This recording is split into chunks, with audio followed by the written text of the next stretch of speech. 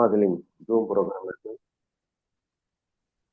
So இந்த காலை வேளையில இந்த கர்மாகளின் ஜூம் ப்ரோக்ராமுக்கு வருகின்றிருக்கும் உங்கள் அனைவரையும் வருக வருக என வரவேற்கிறோம். ஸோ உங்களுடைய கனவுகள், ஆசைகள், லட்சியங்கள், குறிக்கோள்கள், இலக்குகள் எதுவாக இருந்தாலும் அத்தனையும் இந்த கர்மாகளின் வகுப்பு மூலமாக நிறைவேறும் என்று சர்வ நிச்சயமாக உறுதியளிக்கிறோம். என்னை பத்தின ஒரு சின்ன அறிமுகம். என்னுடைய பேர் வந்து சுப்பிரமணியன். சொந்த ஊர் ராஜபாளையம். ராஜபாளையத்துல இருந்துட்டு இந்த ப்ரோக்ராம அட்டன் பண்ணக்கூடிய ஒரு அரிய வாய்ப்பு, அற்புதமான ஒரு வாய்ப்பு எனக்கு இன்னொரு குருநாதர் மூலமா எனக்கு வந்து கிடைச்சது. அவருடைய ப்ரோக்ராமுக்கு பாக்குறதுக்காக தான் நான் உள்ள மன்னிக்கணும்.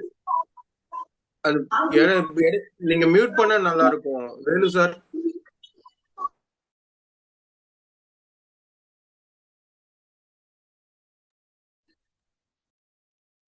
ஓகே, ரொம்ப நன்றி, ரொம்ப சிறப்பு, மகிழ்ச்சி. ஸோ வந்து பாத்தீங்கன்னா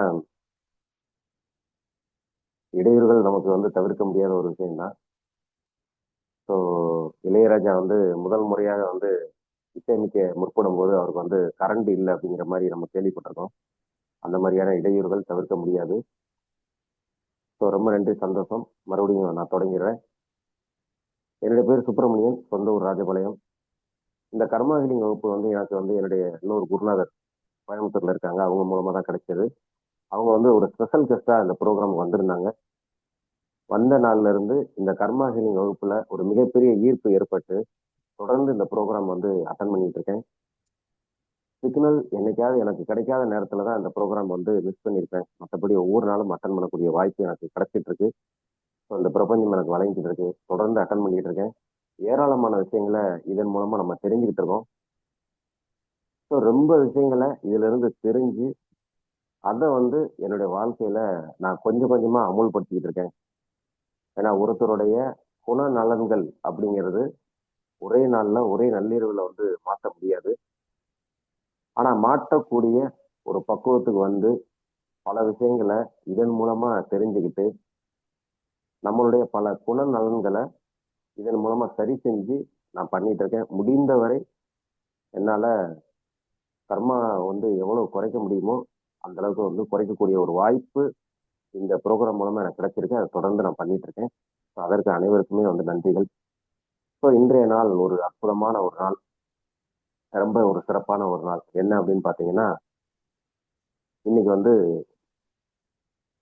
போகி பண்டிகை. போகி பண்டிகை அப்படிங்கிறது வந்து பாத்தீங்கன்னா பொங்கலுக்கு வரக்கூடிய முதல் நாள் தான் போகி பண்டிகை. உங்கள் அனைவருக்கும் போகி பண்டிகை வாழ்த்துக்கள். இந்த போகி பண்டிகை அப்படிங்கிறது என்ன அப்படின்னு பாத்தீங்கன்னா, பழையன கழிதலும் புதிதென புகுதலும். இந்த வார்த்தை வந்து ரொம்ப அற்புதமான ஒரு வார்த்தை. பழையன கழிதலும் புதிதென புகுதலும். எல்லாருக்கும் வந்து ஒருத்தரை மாற்றிக்கொள்ளக்கூடிய சந்தர்ப்பங்கள் வந்து ரொம்ப காலகட்டங்கள்ல கிடைக்காது. நம்மளை நாமளே மாற்றிக்கொள்ளக்கூடிய சந்தர்ப்பங்கள் வந்து எப்பயாவது ஒரு முறைதான் அமையும். அந்த அடிப்படையில நம்மளுடைய பழைமைவாதத்திலிருந்து நம்ம புதிய பாதைக்கு திரும்புறதுக்கும், பழைய கொள்கைகள் கோட்பாடுகள் சரியில்லாம இருந்துச்சுன்னா அதை சரி பண்றதுக்கும் கிடைக்கக்கூடிய ஒரு அற்புதமான நாளா இந்த போகி வந்து நம்ம எடுத்துக்கிடலாம். இதுதான் வந்து பழையன கழிதலும் புதிதென புகுதலும். இந்த போகியோட மிகப்பெரிய ஒரு தத்துவம் என்ன அப்படின்னா சுத்தம் தான். சுத்தம், அதாவது வந்து தேவையற்ற பொருட்களை வந்து வீட்டுல இருந்து எடுத்து எல்லாரும் சுத்தம் பண்ணுவாங்க. அதே மாதிரி நம்ம மனசுல உள்ள தீய எண்ணங்கள், தீய குணங்கள், எதிர்மறையான குணங்கள்னு வச்சுக்கலாம். தீய அப்படிங்கிறதே வந்து அது ஒரு ஒரு சொல் வந்து ரொம்ப பயமா இருக்கும். தீய தீய விஷயங்கள் அப்படின்னாலே ஒரு பயமா தான் இருக்கு. ஸோ எதிர்மறை எண்ணங்கள் அப்படின்னு வச்சுக்கலாம். நம்ம மனசுல இருக்கக்கூடிய எதிர்மறை எண்ணங்கள், ஒரு கெட்ட எண்ணங்கள். இந்த போகி பண்டிகையில நம்மகிட்ட மனசுக்குள்ள இருக்கக்கூடிய சில கெட்ட எண்ணங்கள், நம்மளுடைய எதிர்மறை எண்ணங்கள் எல்லாத்தையும் தூக்கி போட்டுட்டு அதை தீயில போட்டு எரிச்சிட்டு புதியவற்றை வரவேற்கக்கூடிய ஒரு அற்புதமான ஒரு நாள் தான் இந்த போகி. இந்த போகி அப்படிங்கிறது வந்து பாத்தீங்கன்னா, போகிக்கும் நம்ம கர்மாக்கும் ரொம்ப தொடர்புகள் இருக்கு. இந்த போகி, அடுத்து பொங்கல். இந்த பண்டிகையில வந்து கர்மாக்கும் நமக்கும் ரொம்ப தொடர்புகள் இருக்கு. என்ன அப்படின்னா, முதல்ல நம்ம சொல்லக்கூடிய விஷயமே கர்மால வந்து நம்ம சொல்லக்கூடிய விஷயம். கர்மா கிளீன்ல நம்ம சொல்லக்கூடிய விஷயம் நன்றி. இதுதான் நம்ம முதல்ல சொல்லணும்னு சொல்றோம். எல்லாத்துக்குமே நம்ம முதல்ல நன்றி சொல்லணும் அப்படிங்கிறது தான் நம்மளுடைய அடிப்படையான கோட்பாடு. இப்போ இங்க நன்றி வந்து எதுக்கு சொல்றோம் அப்படின்னா, நமக்கு முதல்ல வந்து நம்ம வந்து தமிழர்கள் வந்து இன்னைக்கு இறைவனை வணங்குறது வந்து இன்னைக்கு சிவபெருமானை வணங்குறாங்க, இல்லாட்டி முருகன், இல்லாட்டி வந்து ஒவ்வொருத்தரும் ஒவ்வொரு விதமான கடவுளை வணங்குறாங்க. இயேசு வணங்குறவங்க இருக்காங்க, மாதா வணங்குறவங்க இருக்காங்க, இல்ல முஸ்லீம் சமூகத்துல இருக்கிறாங்க, சீக்கிய மதம் இருக்கு, ஜெயின மதம் இருக்கு. இப்படி ஒவ்வொருத்தரும் ஒவ்வொரு கடவுளை வந்து வணங்குறாங்க. ஆனா தமிழர்கள் வந்து ஆரம்பத்துல யாரை வணங்குனாங்கன்னா இயற்கையை தான் வணங்குனாங்க. இயற்கை அப்படிங்கிறது நமக்கு வந்து பாத்தீங்கன்னா, நாளைக்கு முக்கியமான பண்டிகை பொங்கல் பண்டிகை. இந்த பொங்கல் பண்டிகையில நம்ம வணங்கக்கூடிய மிகப்பெரிய இயற்கையான தெய்வம் என்ன அப்படின்னா சூரியன். ஸோ சூரியனை வணங்குறது தான் ரொம்ப முக்கியமான ஒரு பண்டிகையா வந்து பொங்கல் பண்டிகை வச்சிருக்காங்க. நன்றி வந்து சொல்றாங்க, சூரியனுக்கு நன்றி. அடுத்து வந்து பாத்தீங்கன்னா நம்மளுடைய வேளாண்மை, அதுக்கு நன்றி சொல்றாங்க. அடுத்து இந்த வேளாண்மைக்கு முக்கியமான ஒரு கருவியா இருக்கிறது வந்து நமக்கு வந்து கால்நடைகள், மாடுகள். அதுக்கு வந்து நன்றிகள் வந்து நினைக்கிறாங்க, சொல்றாங்க. இந்த மாதிரி நம்ம கர்மால முதல்ல சொல்லக்கூடிய விஷயமே இந்த நன்றிகள் தான். ஸோ இந்த போகியில வந்து பாத்தீங்கன்னா நம்மளுடைய கெட்ட எண்ணங்களை, நம்மளுடைய அண்ணா, தொந்தரவுக்கு மன்னிக்கணும், உங்க வீடியோ வரல. வீடியோ வரலையா?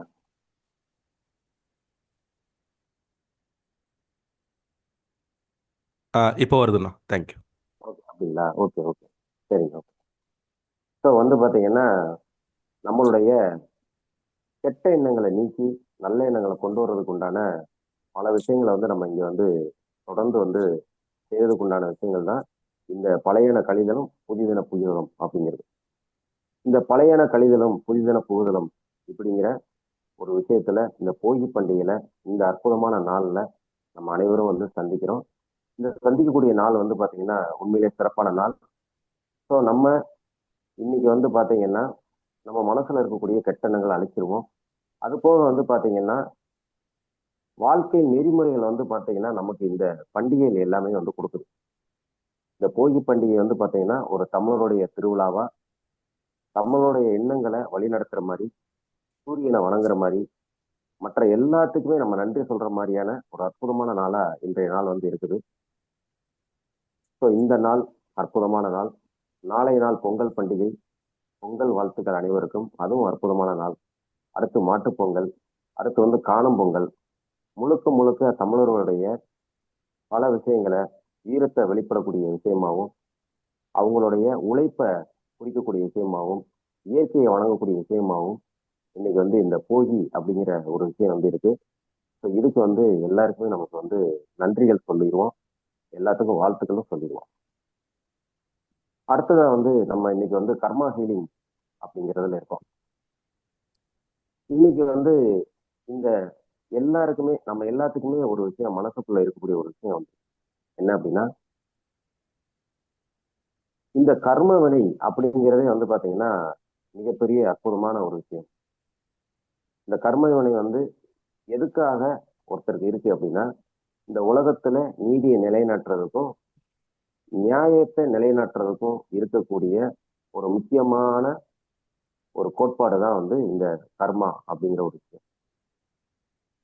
இன்னைக்கு வந்து நம்ம நமக்கு எல்லாருக்குமே தெரியும் என்ன அப்படின்னா, நல்லவங்க ரொம்ப பேர் கஷ்டப்படுறாங்க. இப்ப இன்னைக்கு நம்ம அந்த கர்மாதீனிலாம் நம்ம எல்லாருமே இருக்கோம். நல்லவங்க ரொம்ப பேர் என்ன செய்றாங்க, கஷ்டப்படுறாங்க. இதை நம்ம கண்கூடா வந்து பாக்குறோம். அதே மாதிரி கெட்டவங்க என்ன செய்றாங்கன்னா நல்லா இருக்காங்க. இதையும் நம்ம கண்கூடா பாக்குறோம். நல்ல செயல் செய்யறவங்க கஷ்டப்படுறாங்க. ஆனா கெட்ட செயல் செய்யறவங்க நல்லாவும் இருக்காங்க. ஒருத்தர் வந்து ஆன்மீகத்துல இருப்பாரு, ரொம்ப பக்தியில பயங்கரமா இருப்பாரு, ஆன்மீகத்துல பக்தியில பயங்கரமா இருப்பாரு. ஆனா அவர் வந்து என்ன செய்வாருன்னா பயங்கரமா கஷ்டப்படுவார், பயங்கர கஷ்டத்துல இருப்பாரு.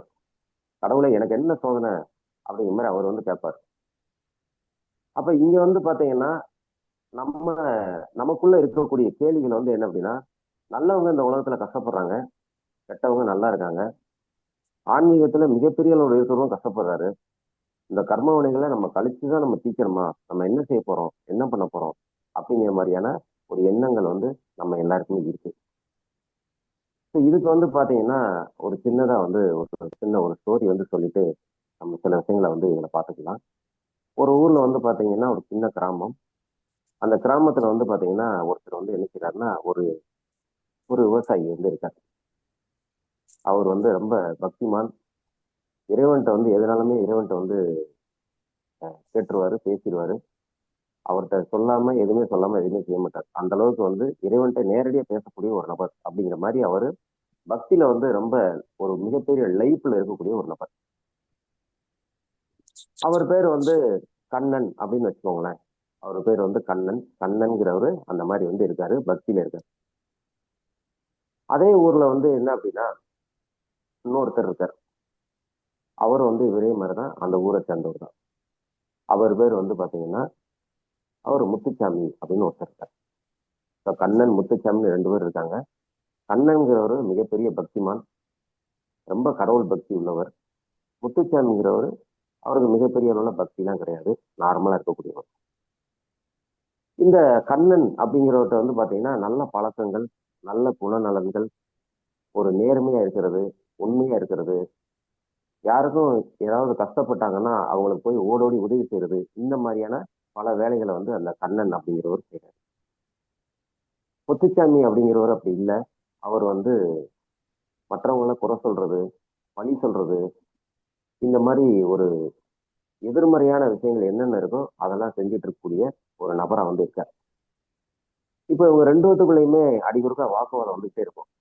என்ன அப்படின்னா, நீ நேர்மையா இருந்து என்ன செய்யற, என்ன பண்ற, உனக்கு என்ன கிடைக்குது அப்படின்னு எப்பயுமே வந்து இவர் வந்து கண்ணன் வந்து சொல்லிட்டே இருக்கார். அப்ப கண்ணனுக்கும் இவருக்கும் ஒரு முறை வந்து மிகப்பெரிய அளவுல வாக்குவாதம் ஆயிடுச்சு, மோதல் ஆயிடுச்சு.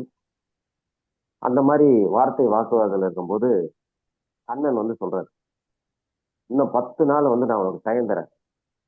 நான் உண்மையிலே ஒரு கடவுள் பக்தியா நான் இருக்கிறேன்னா கண்டிப்பா உனக்கு வந்து ஏதாவது ஒரு விஷயம் வந்து நடக்கும், கெட்டது நடக்கும், நீ அனுபவிப்ப வாழ்க்கையில அப்படிங்கிற மாதிரி என்ன செய்யறாருன்னா கண்ணன்கிறவர் என்ன செய்யறாருன்னா முத்துசாமியை பார்த்து வாக்குவாதத்துல சொல்லிடுறாரு.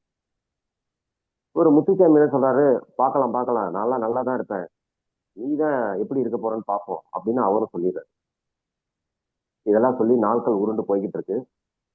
அப்படி உருண்டு போகும்போது இவர் என்ன செய்யறாருன்னா ஒரு நாள் வந்து முத்துசாமிங்கிறவரு காட்டுக்குள்ள போய் மிருகங்களை வேட்டையாடி அதை கொன்னு அதை வந்து என்ன செய்யறாருன்னா வீட்டுக்கு வந்து ஒரு நாளைக்கு என்ன செய்யறாரு எடுத்து வர்றாரு. எடுத்து வரும்போது வர்ற வழியில ஒரு மரத்தடி இருக்கு. அந்த மரத்தடியில வந்து படுத்து தூங்குறாரு. படுத்து தூங்கி எந்திக்கும் போது என்னன்னா ஏதோ ஒரு கண்ணில் தட்டுப்படுது. என்னடா ஏதோ தட்டுப்படுது அப்படின்னா அந்த இடத்த தோண்டி பாக்குறாரு. தோண்டி பார்த்தாருன்னா அங்க உள்ள வந்து அவருக்கு புதையல் மாதிரி கிடைக்குது. அந்த புதையல் எடுத்துட்டு வீட்டுக்கு சந்தோஷமா நினைக்கிறாரு, வாராரு முத்துசாமி. அதே வேளையில நம்ம விவசாயி கண்ணன் வந்து அவர் காட்டுல போய் உழுகுறாரு. உழுது முடிக்கும் போது அங்க இருக்கக்கூடிய ஒரு மாடு மிரண்டு போய் அவர் வந்து முட்டி கீழே தள்ளிடுது. மிரண்டு போய் முட்டி கீழே தள்ளினதுல அவருக்கு கால் வந்து உடைஞ்சு போச்சு. வயிற்றுல அந்த கொம்பு கழிச்சு காயமாகற ஆயிப்போச்சு. ஸோ அவர் வந்து வீட்டுல வந்து ஹாஸ்பிட்டல்ல வந்து அவரை தூக்கி போட்டாங்க கண்ணனை. ஒரு முத்துசாமி அவருக்கு கிடைச்ச புதையலோட ஊருக்கு வர்றாரு. ஊருக்கு வந்து ரொம்ப சந்தோஷமா மகிழ்ச்சியா வந்து வாழ்க்கைய நடத்துறாரு. இதுக்கு மத்தியில இவங்க ரெண்டு பேருக்கும் மனைவி இருக்காங்க. கண்ணனுக்கு மனைவி இருக்காங்க, முத்துசாமிக்கு மனைவி இருக்காங்க. முத்துசாமி மனைவி வந்து பாத்தீங்கன்னா ரொம்ப பக்திமான், அவருக்கு நேர் ஆப்போசிட். ரொம்ப பக்திமான், கடவுள் பக்தை, நல்லதே நினைக்கிறவங்க, நல்லதே சிந்திக்கிறவங்க.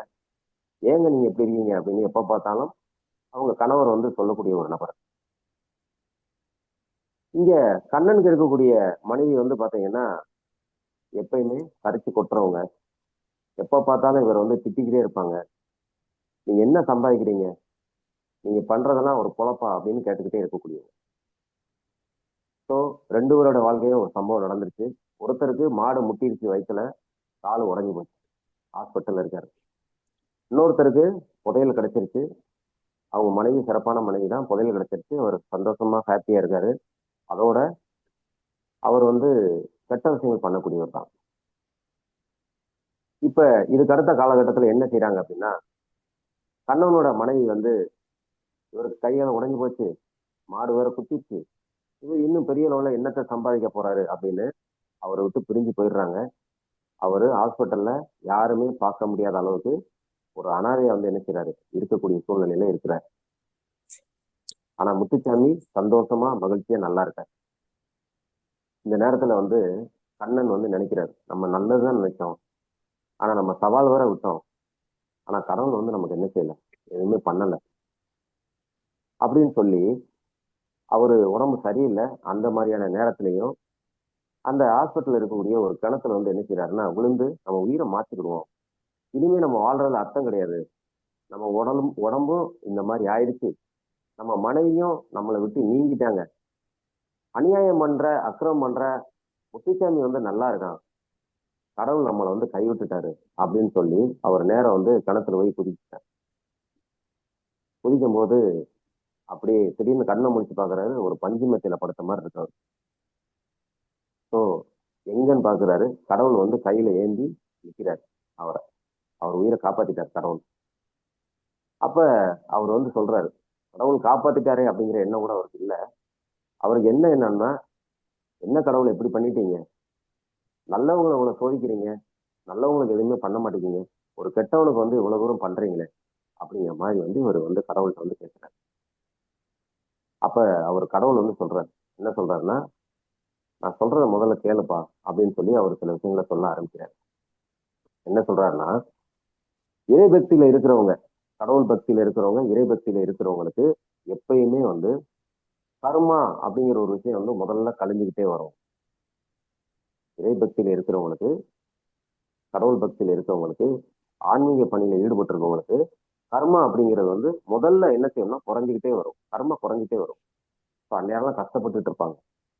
அந்த கர்மா குறைஞ்சி அதை கழியும் போதுதான் அவங்களுக்கு உண்டான புண்ணிய பலன்கள் வந்து ஆரம்பிக்கும். உனக்கு இது நாள் வரைக்கும் வந்து கர்மாவுடைய பலன்கள் வந்து உனக்கு என்ன செஞ்சது, நீ கடவுள் பக்தியா இறை பக்தியா இருந்தா கூட, கடவுள் பக்தி இறை பக்தியில இருக்கிறதுனாலதான் உன்னுடைய கர்மால பாதி பெர்சன்டேஜ நான் எடுத்துக்கிட்டேன், மீதி பாதி பெர்சன்டேஜ் தான் நீ அனுபவிச்சிருக்க, அதுல வந்து உனக்கு ஏராளமான விஷயங்கள் இப்ப முடிஞ்சு போச்சு, இனிமேதான் உன்னுடைய பாவ கணக்கு முடிஞ்சு வச்சு உன் புண்ணிய கணக்கு இனிமேதான் ஆரம்பிக்குது அப்படின்னு கடவுள் வந்து சொல்லி இனிமே வந்து நடக்கிறத பாரு. ஆனா முத்துச்சாமிக்கு வந்து பாத்தீங்கன்னா அவருக்கு இருக்கக்கூடிய பாவ கணக்கு அப்படிங்கிறது இன்னும் ஆரம்பிக்கவே இல்லை. அவருக்கு இருக்கக்கூடிய புண்ணிய கணக்கு வந்து இது வரைக்கும் நடந்துட்டு இருந்துச்சு. நல்ல மனைவி, அவர் செஞ்ச புண்ணியம், அவருக்கு புதையல் கிடைச்சது, அவருக்கு கிடைச்ச புண்ணியம், புண்ணியத்தோட பலன் எல்லாமே கிடைச்சிருச்சு. இனிமே பாவ கணக்கு இனிமே அவருக்கு ஆரம்பிக்கும், உனக்கு பாவ கணக்கு முடிஞ்சிருச்சு, புண்ணிய கணக்கு ஆரம்பிக்கும் அப்படின்னு சொல்றாரு. ஸோ அதுக்கப்புறம் நடக்கிறது நீயே பாருன்னு சொல்றாரு. ஸோ கொஞ்ச நாள்ல இவர் ஹாஸ்பிட்டல் இருக்காரு கண்ணன். அவருக்கு வந்து உடல்நிலை சரியாகி அவர் திரும்ப என்ன செய்றாரு, அவர் ஊருக்கு திரும்புறாரு. அப்படி ஊருக்கு திரும்பும்போது கண்ணனுடைய ஒரு உறவினர் ஒருத்தர், அவருக்கு வந்து குழந்தைகளே இல்லாம அந்த சொத்து எல்லாமே கண்ணனுக்கே வருது. ஸோ மிகப்பெரிய அளவுல செல்வந்தரா நினைக்கிறாரு, கண்ணன் வந்து உருமாறுறாரு. ஸோ அவருக்கு வந்து ஒரு நல்ல அந்த கிராமத்துல இருக்கக்கூடியவங்க, கண்ணனுடைய குடநலன் தெரிஞ்சவங்களுக்கு வந்து ஒரு அழகான அற்புதமான ஒரு மனைவி வந்து நினைக்கிறாங்க, அவங்களுக்கு வந்து அடுத்து வந்து கிடைக்கிறாங்க. முத்துச்சாமிக்கு என்ன நடக்குது அப்படின்னா, முத்துச்சாமிக்கு பாவ கணக்கு அப்பதான் ஸ்டார்ட் ஆகுது. அவங்க மனைவி நல்லா இருந்தவங்க, அந்த புண்ணியவதி அந்த கற்பு கரைச்சி என்ன செய்றாங்கன்னா திடீர்னு வந்து இறந்துடுறாங்க. ஸோ அவர் வந்து மனைவி இல்லாம இருக்கிறாரு. அதோட அவருக்கு ஒரு கொடிய நோய் ஒண்ணு வந்துருது. அந்த கொடிய நோய் வந்ததுக்கு அப்புறம் அவரை பார்க்கறதுக்கு பராமரிக்கிறதுக்கு ஆள் கிடையாது. ஸோ அவங்க கூட இருக்கக்கூடிய சொந்த பந்தங்கள் எல்லாமே அவர் கிடைச்ச அந்த சொத்துக்களை எல்லாம் என்ன செய்றாங்கன்னா அபகரிச்சுக்கிறாங்க. ஸோ அவர் ரொம்ப வாழ்க்கையில ரொம்ப கஷ்டப்படுறாரு. ஸோ இதுல இருந்து நம்ம தெரிஞ்சுக்கக்கூடிய விஷயங்கள் வந்து என்ன அப்படின்னா, கர்ம வினை அப்படிங்கிறது மக்களுக்கு வந்து எப்ப ஆரம்பிக்குது அப்படின்னா, நம்ம ஆன்மீக பணியில இறை பக்தியில எப்படி இருந்தாலும் மக்களுக்கு ஆரம்பிக்கிறது, முதல்ல நம்ம ஆரம்பிக்கிறது வந்து நமக்கு பாவ கணக்கு தான் ஆரம்பிக்குது. பாவ கணக்கு ஆரம்பிச்சுதான் அவங்களுக்கு வந்து என்ன செய்யுதுன்னா கஷ்டப்படுறாங்க. ஆனா அதுக்கப்புறம் புண்ணிய கணக்கு நம்ம ஆரம்பிக்கும் போது நமக்கு என்ன ஆகுது, நமக்கு நல்லது நடக்குது. இப்ப இந்த கர்மால வந்து ஒரு சில விஷயங்களை நம்ம தவிர்க்க முடியாது, நம்ம அதுல இருந்து விடுபட முடியாது. அந்த இடத்த அந்த சூழ்நிலைய நம்ம கடந்துதான் ஆகணும். வினை விதைத்தவன் வினை அறுப்பான், திணை அறுத்தவன் திணை அறுப்பான். இந்த கர்மாவுக்கு வந்து பாத்தீங்கன்னா, கர்மாவுக்கு வந்து நம்மளுடைய எண்ணங்களுக்கும் நம்மளுடைய செயலுக்கும் ரொம்ப தொடர்பு வந்திருக்கும். எண்ணத்துக்கும் செயலுக்கும் ரொம்ப தொடர்பு இருக்கும். இப்ப இதுக்கு ஒரு சின்ன ஒரு உதாரணம் வந்து நம்ம பார்க்கலாம். நம்ம தெரிஞ்சோ தெரியாமலோ அறிஞ்சோ அறியாமலோ ஒருத்தர் மேல கல்லை எரிஞ்சிட்டோம். நம்ம தெரிஞ்சோ தெரியாமலோ ஒருத்தர் மேல வந்து அறிஞ்சோ அறியாமலோ ஒருத்தர் மேல கல்லை வந்து எரிஞ்சிட்டோம். கல்லை எரிஞ்சதுக்கு அப்புறம் அவருக்கு காயம் பட்டுருச்சு. ஸோ இது வந்து நம்ம கர்ம வழியில வந்துடும். ஏன்னா எப்படி ஒரு கல்லால ஒருத்தரை காயப்படுத்தணுமோ அதே மாதிரி கல்லால நமக்கும் காயம் ஏற்படும் அப்படிங்கிறது நம்மளுடைய புக்ல வந்து நோட் பண்ணி வச்சிருவாங்க. இப்ப இது எப்படி நடக்கும், இந்த செயல் எப்படி மாறும் அப்படிங்கறது வந்து கொஞ்சம் நம்ம வந்து பார்க்கலாம். இப்ப கல்லால தெரிஞ்சோ தெரியாமலோ அறிஞ்சோ அறியாமலோ ஒருத்தர் மேல வீசி எறிஞ்சுட்டா அவர் காயப்படுது. அந்த நேரத்துல அவரை விட்டுட்டு நம்ம போயிட்டோம் அப்படின்னா என்ன நடக்கும் அப்படின்னா, நம்ம புக்ல எழுதி வச்சிருவாங்க, கல்லால ஒருத்தரை காய்ச்சிருக்காரு, ஒரு ரத்தம் வந்திருக்கு. அதே மாதிரி நம்ம நடந்து போகும்போது ஏதோ ஒரு இடத்துல நமக்கு நேரடியா ஒருத்தர் கல்லை எரியணும்னு அவசியம் இல்லை. நம்ம யார கல்லை எரிஞ்சோமோ அவரை நம்மளை எரியணும்னு அவசியம் இல்லை. வேற யாரும் நம்மளை எரியணும்னு அவசியம் இல்லை. கீழே கடந்த ஒரு கல்ல நம்ம கால் மோதி அந்த காலில் ரத்தம் கொட்டி நமக்கு என்ன செய்யும், அந்த வேதனையை கொடுக்கக்கூடிய அமைப்பு நமக்கு இயற்கையாவே இருக்கும். இதுதான் அந்த கர்மா அப்படிங்கிறது. சரி, இந்த கர்மாவை குறைக்கிறதுக்கு, இந்த கர்மாவை மாத்துறதுக்கு என்ன செய்யணும்? தெரிஞ்சோ தெரியாமலோ அறிஞ்சோ அறியாமலோ ஒருத்தருக்கு கல்லை வீசிட்டோம், காயம் பட்டுருச்சு, நமக்கு அவருக்கு பட்டுருச்சு. பார்த்த உடனே நமக்கு அதுக்கு அடுத்து நம்ம என்ன செய்யறோம் அப்படின்னா, அவரை போய் பார்த்து அவர் ஹாஸ்பிட்டல் கூட்டு போய் அதை நம்ம சரி பண்ணி, இல்ல அவருக்கு போய் ஒரு அன்பா அனுசரணையா இருந்து அவர்கிட்ட மன்னிப்பு கேட்டுறோம். தெரியாம பட்டுச்சுங்க, தெரியாம வீசிட்டேன் அப்படின்னு சொல்லிட்டு அவர்கிட்ட மன்னிப்பு கேட்டு அவர் ஹாஸ்பிட்டல் கூட்டு போய் அந்த அவருக்கு காயத்துக்கு மருந்து போட்டு கட்டு போட்டு அவருக்கு அன்பா ஆதரவா இருந்து அவர்கிட்ட மன்னிப்பு கேட்டு அனுப்பி வச்சோம் அப்படின்னா நமக்கு என்ன நடக்கும் அப்படின்னா, நம்ம அதே மாதிரி போகும்போதும் கல்லு நம்மளை தடுக்கும். ஆனா நமக்கு எப்படி நடக்கும் அப்படின்னா, நம்ம போய்கிட்டே இருப்போம், கல் இருக்கும், கல்லுல பட்டு நமக்கு காயம் உருவாகணும். ஆனா நம்ம என்ன செஞ்சிருப்போம் அப்படின்னா, அந்த கல்லுக்கு முன்னாடி வந்து ஒரு சகதி இருக்கும், இல்லாட்டி ஒரு சாணி இருக்கும், அதுல காலை வச்சிருவோம். கால் பூரா சகதி சாணி ஆயிரும். அப்ப நம்ம என்ன செய்யறோம் அப்படின்னா, சகதியா சாணியா ஆன உடனே நம்ம என்ன செய்யறோம் அப்படின்னா, அந்த சகதிய அந்த சாணிய அந்த கல்லு மேல வந்து என்ன செய்யறோம்னா தடவுறோம். அதை நம்மளுடைய காலை விட்டு அந்த சாணி நீங்கிறதுக்காக அந்த பக்கத்துல இருக்கக்கூடிய கல்லுல வந்து என்ன செய்யறோம்னா நம்ம காலை வச்சு நம்ம தடவுறோம். தடவிட்டு அதுக்கப்புறம் நம்ம அங்கிருந்து கிளம்புறோம். ஸோ அந்த கல் அப்படிங்கிறது நம்மளுடைய கர்மால வந்து இருக்கும். நமக்கும் கல்லுக்கும் ஒரு தொடர்பு வேணும். ஒருத்தர் கல்லால எரிஞ்சிட்டோம், தெரிஞ்சோ தெரியாமலோ, ஆனா அவர்கிட்ட மன்னிப்பு கேட்டு அவர் ஹாஸ்பிட்டல்ல சேர்த்து அவருக்கு எல்லாமே சரி பண்ணி அவருக்கு அனுப்புனதுனால நம்மளுடைய கர்மா எப்படி மாறி இருக்குன்னா, நமக்கு காயம் ஏற்படாம அந்த கல்லுக்கும் நமக்கும் ஒரு தொடர்பை வந்து உருவாக்கிட்டு போயிடும்.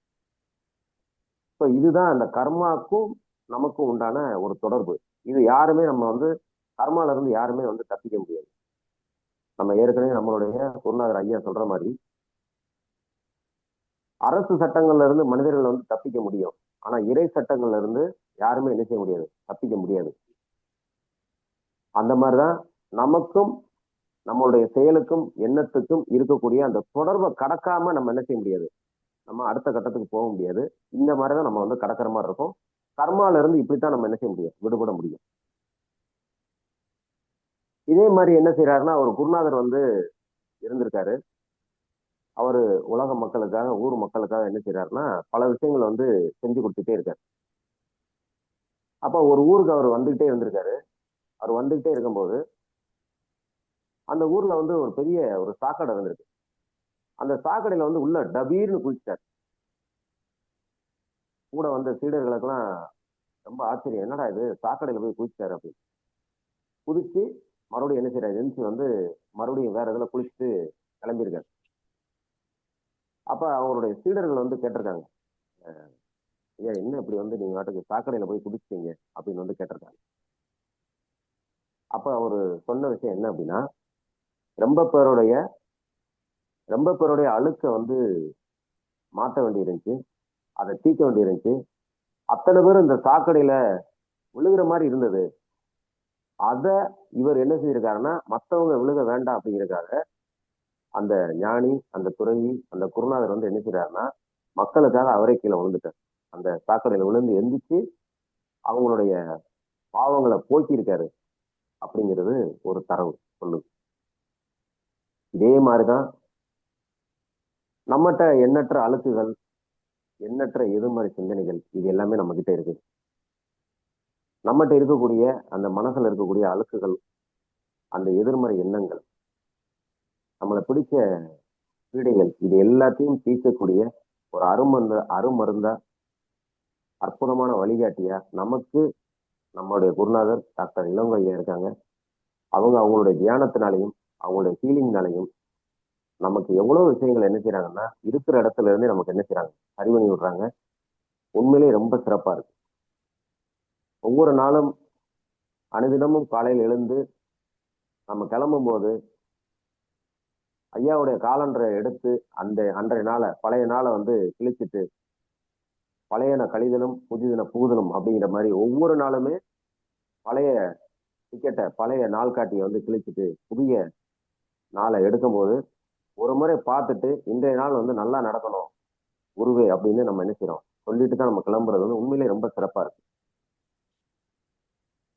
ஸோ ஊர் மக்கள் பொருட்டு, உலக மக்கள் பொருட்டு எப்படி ஒரு ஞானி வந்து அவர் வந்து ஒரு சாக்கடையில விழுந்து அவங்களுடைய பாவங்களை வந்து கழுவுறதுக்கு அவர் இறங்கினாரோ அதே மாதிரிதான் நமக்கு வந்து நம்மளுடைய குருநாதர் டாக்டர் இளங்கையா இருக்காங்க. So அவங்களுக்கு வந்து காலை தொட்டி நம்ம என்றென்றும் நன்றி கடன் பட்டோம். ஸோ அடுத்தது இந்த கர்மா ஐயா அப்படிங்கிறது வணக்கம். வந்து குறுக்கீட்டுக்கு மன்னிச்சுக்கோங்க. எனக்கு ஒரு கேள்வி இருக்கு, கேட்கலாமாங்க ஐயா? நம்ம சொல்லுங்க சொல்லுங்க கேள்வியில வந்து ஐயாட்ட கேட்கலாம்னு நினைக்கிறேன். சரி கேளுங்க. இல்ல இல்லைங்க ஐயா, நீங்க கர்மா அப்படின்னு சொல்லிட்டு இருக்கனால எனக்கு ஒரு கேள்வி எனக்குள்ளே இருக்கு. இது ஐயா கிட்டயும் நான் கேட்டிருக்கேன். இன்னும் எனக்கு அந்த பதில் வரல. இப்ப வந்து கர்மா அப்படின்னா இப்ப வந்து என் வீட்டுக்காரர் வந்து கர்மா பண்ணிட்டாரு. அவர் வந்து எல்லாத்தையும் அனுபவிக்கிறார். அப்ப இதே கர்மா நானும் பண்ணிருக்கேனா? இப்ப அவங்க பண்ணிருக்காங்க, இப்ப நானும் பண்ணிருக்கேன் அப்படின்னா அந்த கர்மா என்னையே சேர்த்து தாக்குதுன்னு வச்சுக்கோங்களேன். என் பசங்க எதுவுமே பண்ணல. இப்ப வந்து பார்த்தா 4 பேருமே வீட்டுக்காரால நானு, என்னால என் குழந்தைங்க 4 பேருமே இது பண்ணா, அது எந்த விதத்துல வரும் அப்படின்றது என்னோட ஒரு கேள்வி. 2வது வந்து பாத்தீங்கன்னா, ஏன் கேட்கலாங்களா? ஆமா இந்த கேள்விக்கெல்லாம் ஐயா தான் பதில் சொல்லணும். ஐயா இருந்தாலும் கிட்ட கேட்க கேட்டா சிறப்பா இருக்கும். ஐயாட்ட கேட்டதான் சிறப்பா சார் இருக்கும். வணக்கம். நான் சொல்லலாமா இதுக்கு பதில்? ஐயா சொல்றதா கரெக்டா சொல்லுங்க. இருக்கும். இல்ல, ஐயா சொல்லுங்கம்மா. ஏற்கனவே சொல்லிட்டாங்க. ஐயா ஏற்கனவே சொல்லிட்டாங்க மேடம். இதுக்கு பதில் சொல்லிட்டாங்க. அது பட் வேற மாதிரி சொன்னாங்க. பிரதர்ஸ் அந்த மாதிரி ஃபேமிலியில எல்லாருமே சஃபர் ஆகுறாங்க அப்படின்னு சொல்லிட்டு ஒரு முறை சொன்னாங்க. நீங்க அந்த கிளாஸ் இருந்தீங்களான்னு எனக்கு தெரியல. இது கூட்டு இல்லைங்க கர்மா மேம். அப்படின்னு சொல்லி ஒரு முறை சொன்னாங்க. சகோதரி கொஞ்சம் மன்னிக்கவும். ஆ, கேள்வி பதிலுக்குன்னு சனிக்கிழமை ஞாயிற்றுக்கிழமை வச்சிருக்காங்க. ஐயா சொல்லுவாரு. இப்ப அவர் வந்து ஆமா. சிறப்புரையாற்ற வந்திருக்காரு. அவர்கிட்ட கேள்வி பதில் கேட்க வேண்டாம். தயவு செய்து கண்டினியூ பண்ணுங்க ப்ளீஸ். அதுதான். ஏன்னா இது ஏற்கனவே ஐயா சொல்லிட்டாங்க. நீங்க திரும்ப அவங்க கண்டினியூ பண்ணட்டும். நீங்க அப்புறமா வந்து கேளுங்க. ஐயா வந்தவொடனே தேங்க்யூ மேம். திரும்ப. அம்மா இது ஆ, கூட்டுக்கர்மாமா ஆல்ரெடி ஐயா சொல்லிட்டாங்க. சொல்லுங்க. மனைவி குழந்தைகள் எல்லாம் வருது கூட்டுக்கர்மா அது. Thank you sir. இல்ல அதாவது பிரதர்ஸ் அதான் இப்ப சிஸ்டர்ஸ் சொன்னாங்க. அதுதான் இப்ப திரும்ப வந்து கொஸ்டின் ஆன்சர் இப்ப இதுல ஆரம்பிக்க வேண்டாம். அது வந்து ஐயா கிட்ட மட்டும் கேளுங்க. அதுவும் சனி ஞாயிறு மட்டும் கேளுங்க. இப்ப ஏன்னா இது இடையில வந்து இது பண்ண அவருடைய ஃப்ளோவும் போயிடும். அப்புறம் பேசுறது என்ன பாயிண்ட்ஸ் வச்சிருக்காரோ அது எல்லாமே மறந்து போயிடும். திரும்ப வந்து பேசுறதும் கஷ்டமா இருக்கும். இடையூறுக்கு மன்னிக்கணும். நன்றி. ஓகே ஓகே, ரொம்ப சிறப்பு, நன்றிகள். ஸோ எப்பயுமே வந்து பார்த்தீங்கன்னா ஒரு ப்ரோக்ராம் நடக்கும்போது அந்த ப்ரோக்ராம்ல நம்ம வந்து மனசு ஒன்றி ஈடுபடும் போது இந்த கேள்விகள் வந்து ஆட்டோமேட்டிக்கா அந்த ஆள் மனசுல இருந்து வெளியே வந்துடும். ஏன்னா எல்லாருமே வந்து ஒரு தீர்வை நோக்கி தான் நம்ம போய்கிட்டு இருக்கோம். நம்ம வாழ்க்கையில ஒவ்வொருத்தருக்கும் ஒரு பிரச்சனைகள் வந்து இருக்கு. பிரச்சனைகள் இல்லாத மனிதர்கள் வந்து இந்த உலகத்துல யாருமே கிடையாது. ரெண்டே ரெண்டு பேருக்கு தான் பிரச்சனை இல்லை அப்படின்னு சொல்லுவாங்க. ஒண்ணு, பிறக்க போற குழந்தை. இனிமே பிறக்க போற குழந்தைக்கு பிரச்சனை இல்லை. ஸோ இன்னைக்கு தான் ஒருத்தர் இறப்ப சந்திக்கிறாரு அப்படின்னா அவருக்கு பிரச்சனை இல்லை. ஆனா நம்ம கர்மால அதுலயுமே இருக்கு.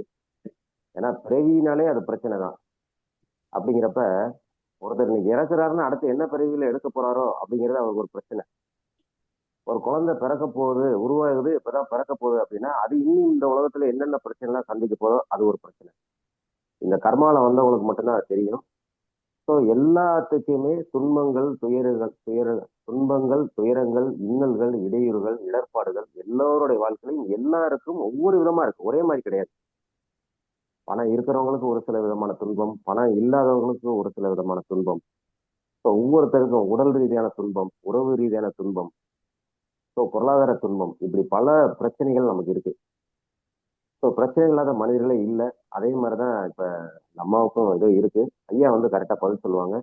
ஸோ இந்த கர்மா அப்படிங்கிறது நம்ம இன்னைக்கு நல்லது செய்யறோம், நம்ம நல்லது தானே செஞ்சுட்டு இருக்கோம், நமக்கு ஏன் இந்த கர்மா அப்படிங்கிறது வந்து இந்த பிறவியில இப்ப இருக்கக்கூடிய நடைமுறை வாழ்க்கையில நான் நல்லா தானே இருக்கேன் அப்படிங்கிறதுக்காக கிடையாது. முன் ஜென்மம் போன பிறவியில நம்ம பண்ணக்கூடிய பாவ கணக்கு வழக்குகளை பொறுத்து நமக்கு அந்த மாதிரியான சில விஷயங்கள் நம்ம அனுபவிச்சு தான் நம்ம கடக்கக்கூடிய ஒரு சூழ்நிலை வந்து இருக்கும். இதுக்கு வந்து நம்ம என்ன செய்யணும்?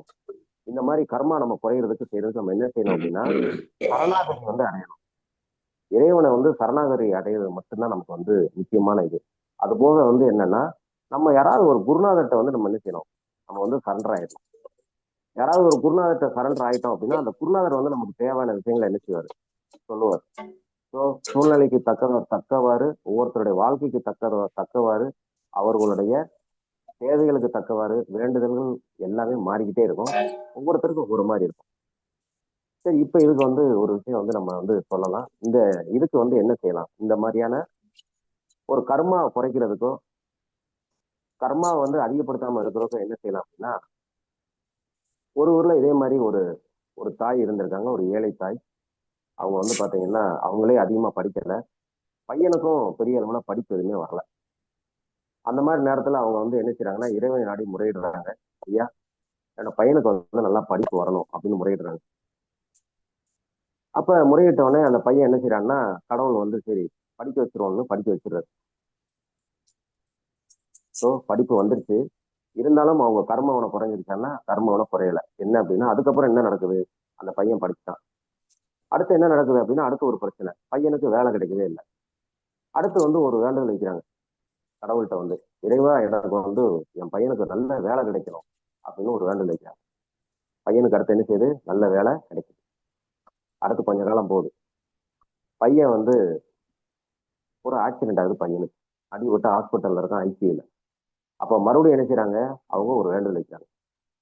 கடவுளே, என் பையனுக்கு இந்த மாதிரி ஆக்சிடென்ட் ஆயிடுச்சு, என் பையனை எப்படியாவது குணப்படுத்திடணும், என் பையன் உயிரோட இருந்தா போதும் அப்படின்னு நினைக்கிறாங்க. ஸோ இப்படி வந்து பாத்தீங்கன்னா அந்த கர்மா அப்படிங்கிற இதுக்கு வந்து நம்ம கடவுள்கிட்ட வந்து ஒன்னொன்னா நம்ம கேட்டுட்டே தான் இருக்கோம்.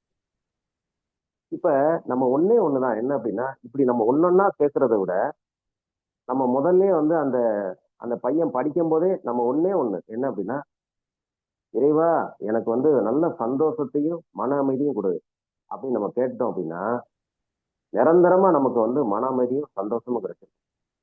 முதல்ல படிப்பை கொடுன்னு கேட்டோம், அடுத்து வந்து எனக்கு வந்து வேலையை கொடுன்னு கேட்டோம், அடுத்து வந்து பாத்தீங்கன்னா எனக்கு வந்து ஆக்சிடென்ட் ஆனவனே உடம்பு நல்லா ஆகணும்னு கேட்டோம். இப்படி ஒன்னொன்னா கேட்கறத விட சரணாகதி அப்படிங்கிறதுல, அது இறைவன்ட்டையோ இல்லாட்டி குருநாதர்கிட்டையோ சரணாகதி அடைகிறதுல நம்ம ஒன்னே ஒண்ணு கேட்கணும். கடவுள்கிட்ட வந்து எனக்கு அது வேணும் இது வேணும் நம்ம டிமாண்ட் பண்றதை விட, கடவுளை எனக்கு எது நல்லா இருக்குமோ அதை நீ கொடுத்தா போதும்னு நம்ம கேட்கலாம். கடவுளே, எனக்கு எது நல்லா இருக்கும் அப்படின்னு நீங்க நினைக்கிறீங்களோ அதை எனக்கு கொடுங்க.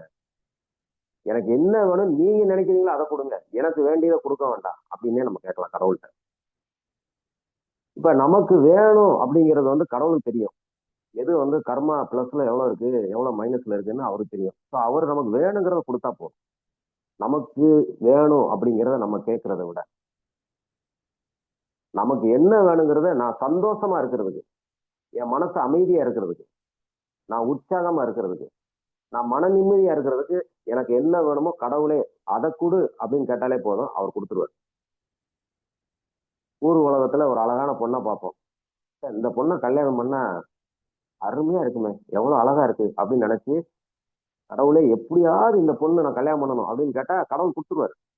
ஏன்னா நீங்க வந்து உங்களுக்கு கொடுக்கணும்னு முடிவு பண்ணியிருக்காரு. நீங்க என்ன கேட்கணுமோ அதை கொடுக்கணும் கடவுள் முடிவு பண்ணி வச்சிருக்காரு. அதை கொடுத்துருவாரு. நீ கல்யாணம் பண்ணதுக்கு அப்புறம் வாழ்க்கை தலைகீழா போயிடும். ஸோ ஆனா இது நம்மளா கேட்டு விரும்பி வாங்கின கர்மா. இதே இது கடவுள்கிட்ட, கடவுளே நான் மன அமைதியா இருக்கிறதுக்கும், நான் சந்தோஷமா இருக்கிறதுக்கும், என்னோட குடும்பத்தை நிம்மதியா ஓட்டுறதுக்கும் தகுதியான ஒரு பொண்ணை கொடு அப்படின்னு கேட்டா அவர் பார்த்து கொடுப்பாரு. இதுதான் கர்மா வந்து நம்மளாவே தேடிதான் நிச்சயம் போவோம். இன்னைக்கு நம்ம இந்த அளவுக்கு கஷ்டப்படுறதுக்கு, இந்த அளவுக்கு நம்மளுடைய பல பிரச்சனைகளை திக்கி தவிக்கிறதுக்கு காரணம் யாரு? யாருமே கிடையாது, நம்மளோட டிசிஷன் மட்டும்தான். நல்லா நம்ம யோசிச்சு பார்த்தோன்னு வச்சுக்கோங்களேன், நம்ம ஏன் அவ்வளவு கஷ்டப்படுறோம்? நம்மளுடைய முடிவுகள் தான். நமக்கு வரக்கூடிய பல விஷயங்கள்ல இருந்து நம்ம தான் தேர்ந்தெடுக்கிறோம். காலை உணவு, இன்னைக்கு காலையில எல்லாரும் காலை உணவு சாப்பிட போறோம்னா நம்ம தான் தேர்ந்தெடுக்கிறோம். நமக்கு தேவையான கர்மாவை நாமே தேர்ந்தெடுக்கிறோம். ஐயா வந்து டாக்டர் ஐயா வந்து சொல்லுவாங்க என்ன அப்படின்னா, நம்மளுடைய பிறப்பு அப்படிங்கிறதுல தாய் தந்தையரே நம்ம தான் தேர்ந்தெடுக்கிறோம்னு நம்ம கர்மா ஹீலிங் மீட்டிங்லேயே ஐயா அவங்க சொல்லியிருக்காங்க. குழந்தை அதுவெல்லாம் பிறக்கிறது இல்லை, நம்ம தான் தேர்ந்தெடுக்கிறோம். நமக்கு அப்பா யார் வேணும், அம்மா யார் வேணும் அப்படின்னு நம்ம தான் தேர்ந்தெடுக்கிறோம். ஸோ நம்மளுடைய கர்மாவை வந்து நம்ம தான் என்ன செய்யறோம், தேர்ந்தெடுக்கிறோம்.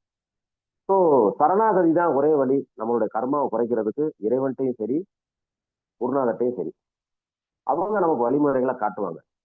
இறைவன்ட்ட சரணாகதி அடைஞ்சோம்னா அவர் நமக்கு எதுவுமே சொல்ல மாட்டாரு, சொல்றதுக்கு வாய்ப்பு இல்லை. ஸோ நமக்கு சொல்லி கொடுத்து வழிகாட்டுறது யார் அப்படின்னா நம்ம ஐயா குருநாதர் சாரி, தான். சீஃப் டாக்டர் வந்துட்டாங்க, வந்திருக்கு, மன்னிக்கணும். ஓகே, ரொம்ப நன்றி. தேங்க்யூ. நன்றிங்க, நன்றி. ரொம்ப நன்றி, ரொம்ப நன்றி. அனைவருக்கும் நன்றி, வாழ்த்துக்கள். மிக்க நன்றிங்க ஐயா. மிக்க நன்றி.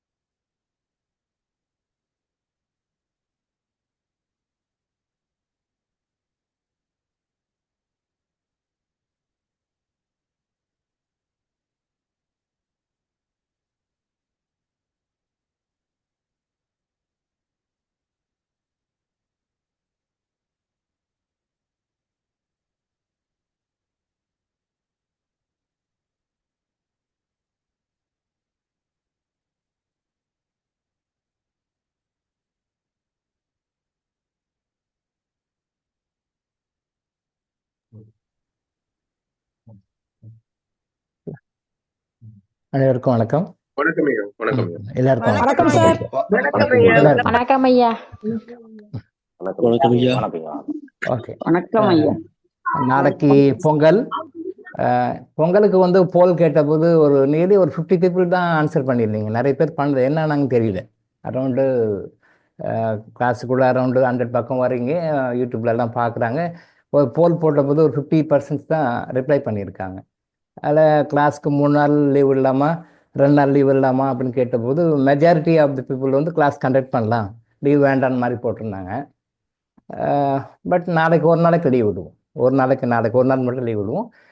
நெக்ஸ்ட் டே இருந்து நம்ம 15th நாளைக்கு 15, 14, 17 இருந்து அது ரெகுலராக கண்டினியூ பண்ணி ஒரு நாள் மட்டும் நம்ம லீவ் விடுவோம்.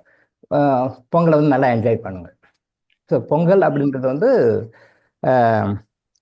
ஒரு நன்றி தெரிவிக்கின்ற ஒரு நாள். இந்து மதத்தில் இல்லை, எல்லா மதங்கள்லையுமே ஒரு பண்டிகை அப்படின்னு சொல்லி சொன்னால் அதுக்கு ஒரு காரணம் இருக்குது. பட் காரணம் தெரியாமல் நம்ம கொண்டாடிட்டுருக்கோம். எல்லா மதங்கள்லையுமே எல்லா பண்டிகைக்கும் ஒரு காரணம் இருக்குது. அந்த காரணம் வந்து ஃபார் அவர் வெல்பீயிங், நாம் நல்லா இருக்கணும், சந்தோஷமாக இருக்கணும், மகிழ்ச்சியாக இருக்கணும் அப்படின்ற காரணத்துக்காக தான் எல்லா பண்டிகைகளையுமே நிர்ணயிச்சிருக்காங்க. பட் காரணம் தெரியாமல் ஏதோ அப்படி கொண்டாடிருக்கோம், அப்படி மேம் பொக்கா கொண்டாடிருக்கோம். ஸோ நன்றி உணர்வு அப்படின்னு ஒரு மனுஷனுக்கு இருக்கணும். எல்லா வகையிலுமே நன்றி இருக்கணும். அந்த நன்றி தெரிவிக்கின்ற நாள் தான் வந்து தமிழர்கள் வந்து நன்றி தெரிவிக்கிறதுக்காக தான் அந்த பொங்கல் திருநாளை கொண்டாடுறாங்க. போகி பண்டிகை இன்னைக்கு. போகி பண்டிகை அப்படின்னா நம்மக்கிட்ட இருக்கிறத தேவையில்லாத அன்வான்ட் விஷயங்களை போக்குகின்ற பண்டிகை இது. இது ஆக்சுவலாக போக்கி பண்டிகை. அது அப்படியே நாளடைவில் அப்படியே மறி போகியாக வந்துருச்சு. இது வந்து போக்கி பண்டிகை. ரிமூவ் பண்ணுறோம் போக்கு வரும். அந்த போக்குகின்ற பண்டிகை தான் போக்கி பண்டிகை. அது போகியாக அப்படி நாளடைவில் மாறிவிட்டது. நம்மகிட்ட இருக்கிற அன்வான்ட் விஷயங்களை, நம்மகிட்ட இருக்கிற தேவையில்லாத விஷயங்களை இன்னைக்கு நீக்கணும். என்ன பண்ணுவாங்க, வீட்டில், அலுவலகங்களில் மற்ற இடங்களில் இருக்கிற அன்வான்ட் விஷயத்தெல்லாம் வெளியேக்கும். எப்படின்னா நம்ம ஆயுத பூஜை அன்னைக்கு சைலண்ட் ஆயுத பூஜை அன்னைக்கு வந்து இந்த மாதிரி ரிமூவல்லாம் பண்ணுவாங்க. எல்லாமே என்னென்ன அக்குமுலேட் ஆகிருக்கோ ஃபேக்ட்ரியில், கம்பெனியில், வீட்டில் எல்லாமே ரிமூவ் பண்ணிட்டு ஆயுத பூஜை போடுவாங்க. அது இந்து மதத்தில் it is a cleansing process. வீடெல்லாம் க்ளீன் ஆகிட்டு எல்லாமே ரிமூவ் பண்ணிவிட்டு எல்லாம் க்ளீன் பண்ணிட்டு அன்னைக்கு பூஜை போட்டு வழிபடுவாங்க. அது வந்து ரிமூவல் பண்டிகை. அதே மாதிரி இங்கே போகி பண்டிகை அன்னைக்கும் நம்ம வீட்டில் இருக்க தேவையில்லாத பொருட்கள் கிளட்டர்ஸ்ன்னு சொல்லுவாங்க. CLUTTERS கிளட்டர்ஸ். தேவையில்லாத என்னெல்லாம் கலெக்ட் பண்ணி வச்சுருக்கோமோ, என்ன விஷயங்கள்லாம் கலெக்ட் பண்ணி வச்சுருக்கோமோ அதெல்லாம் ரிமூவ் பண்ணுவாங்க இன்னைக்கு.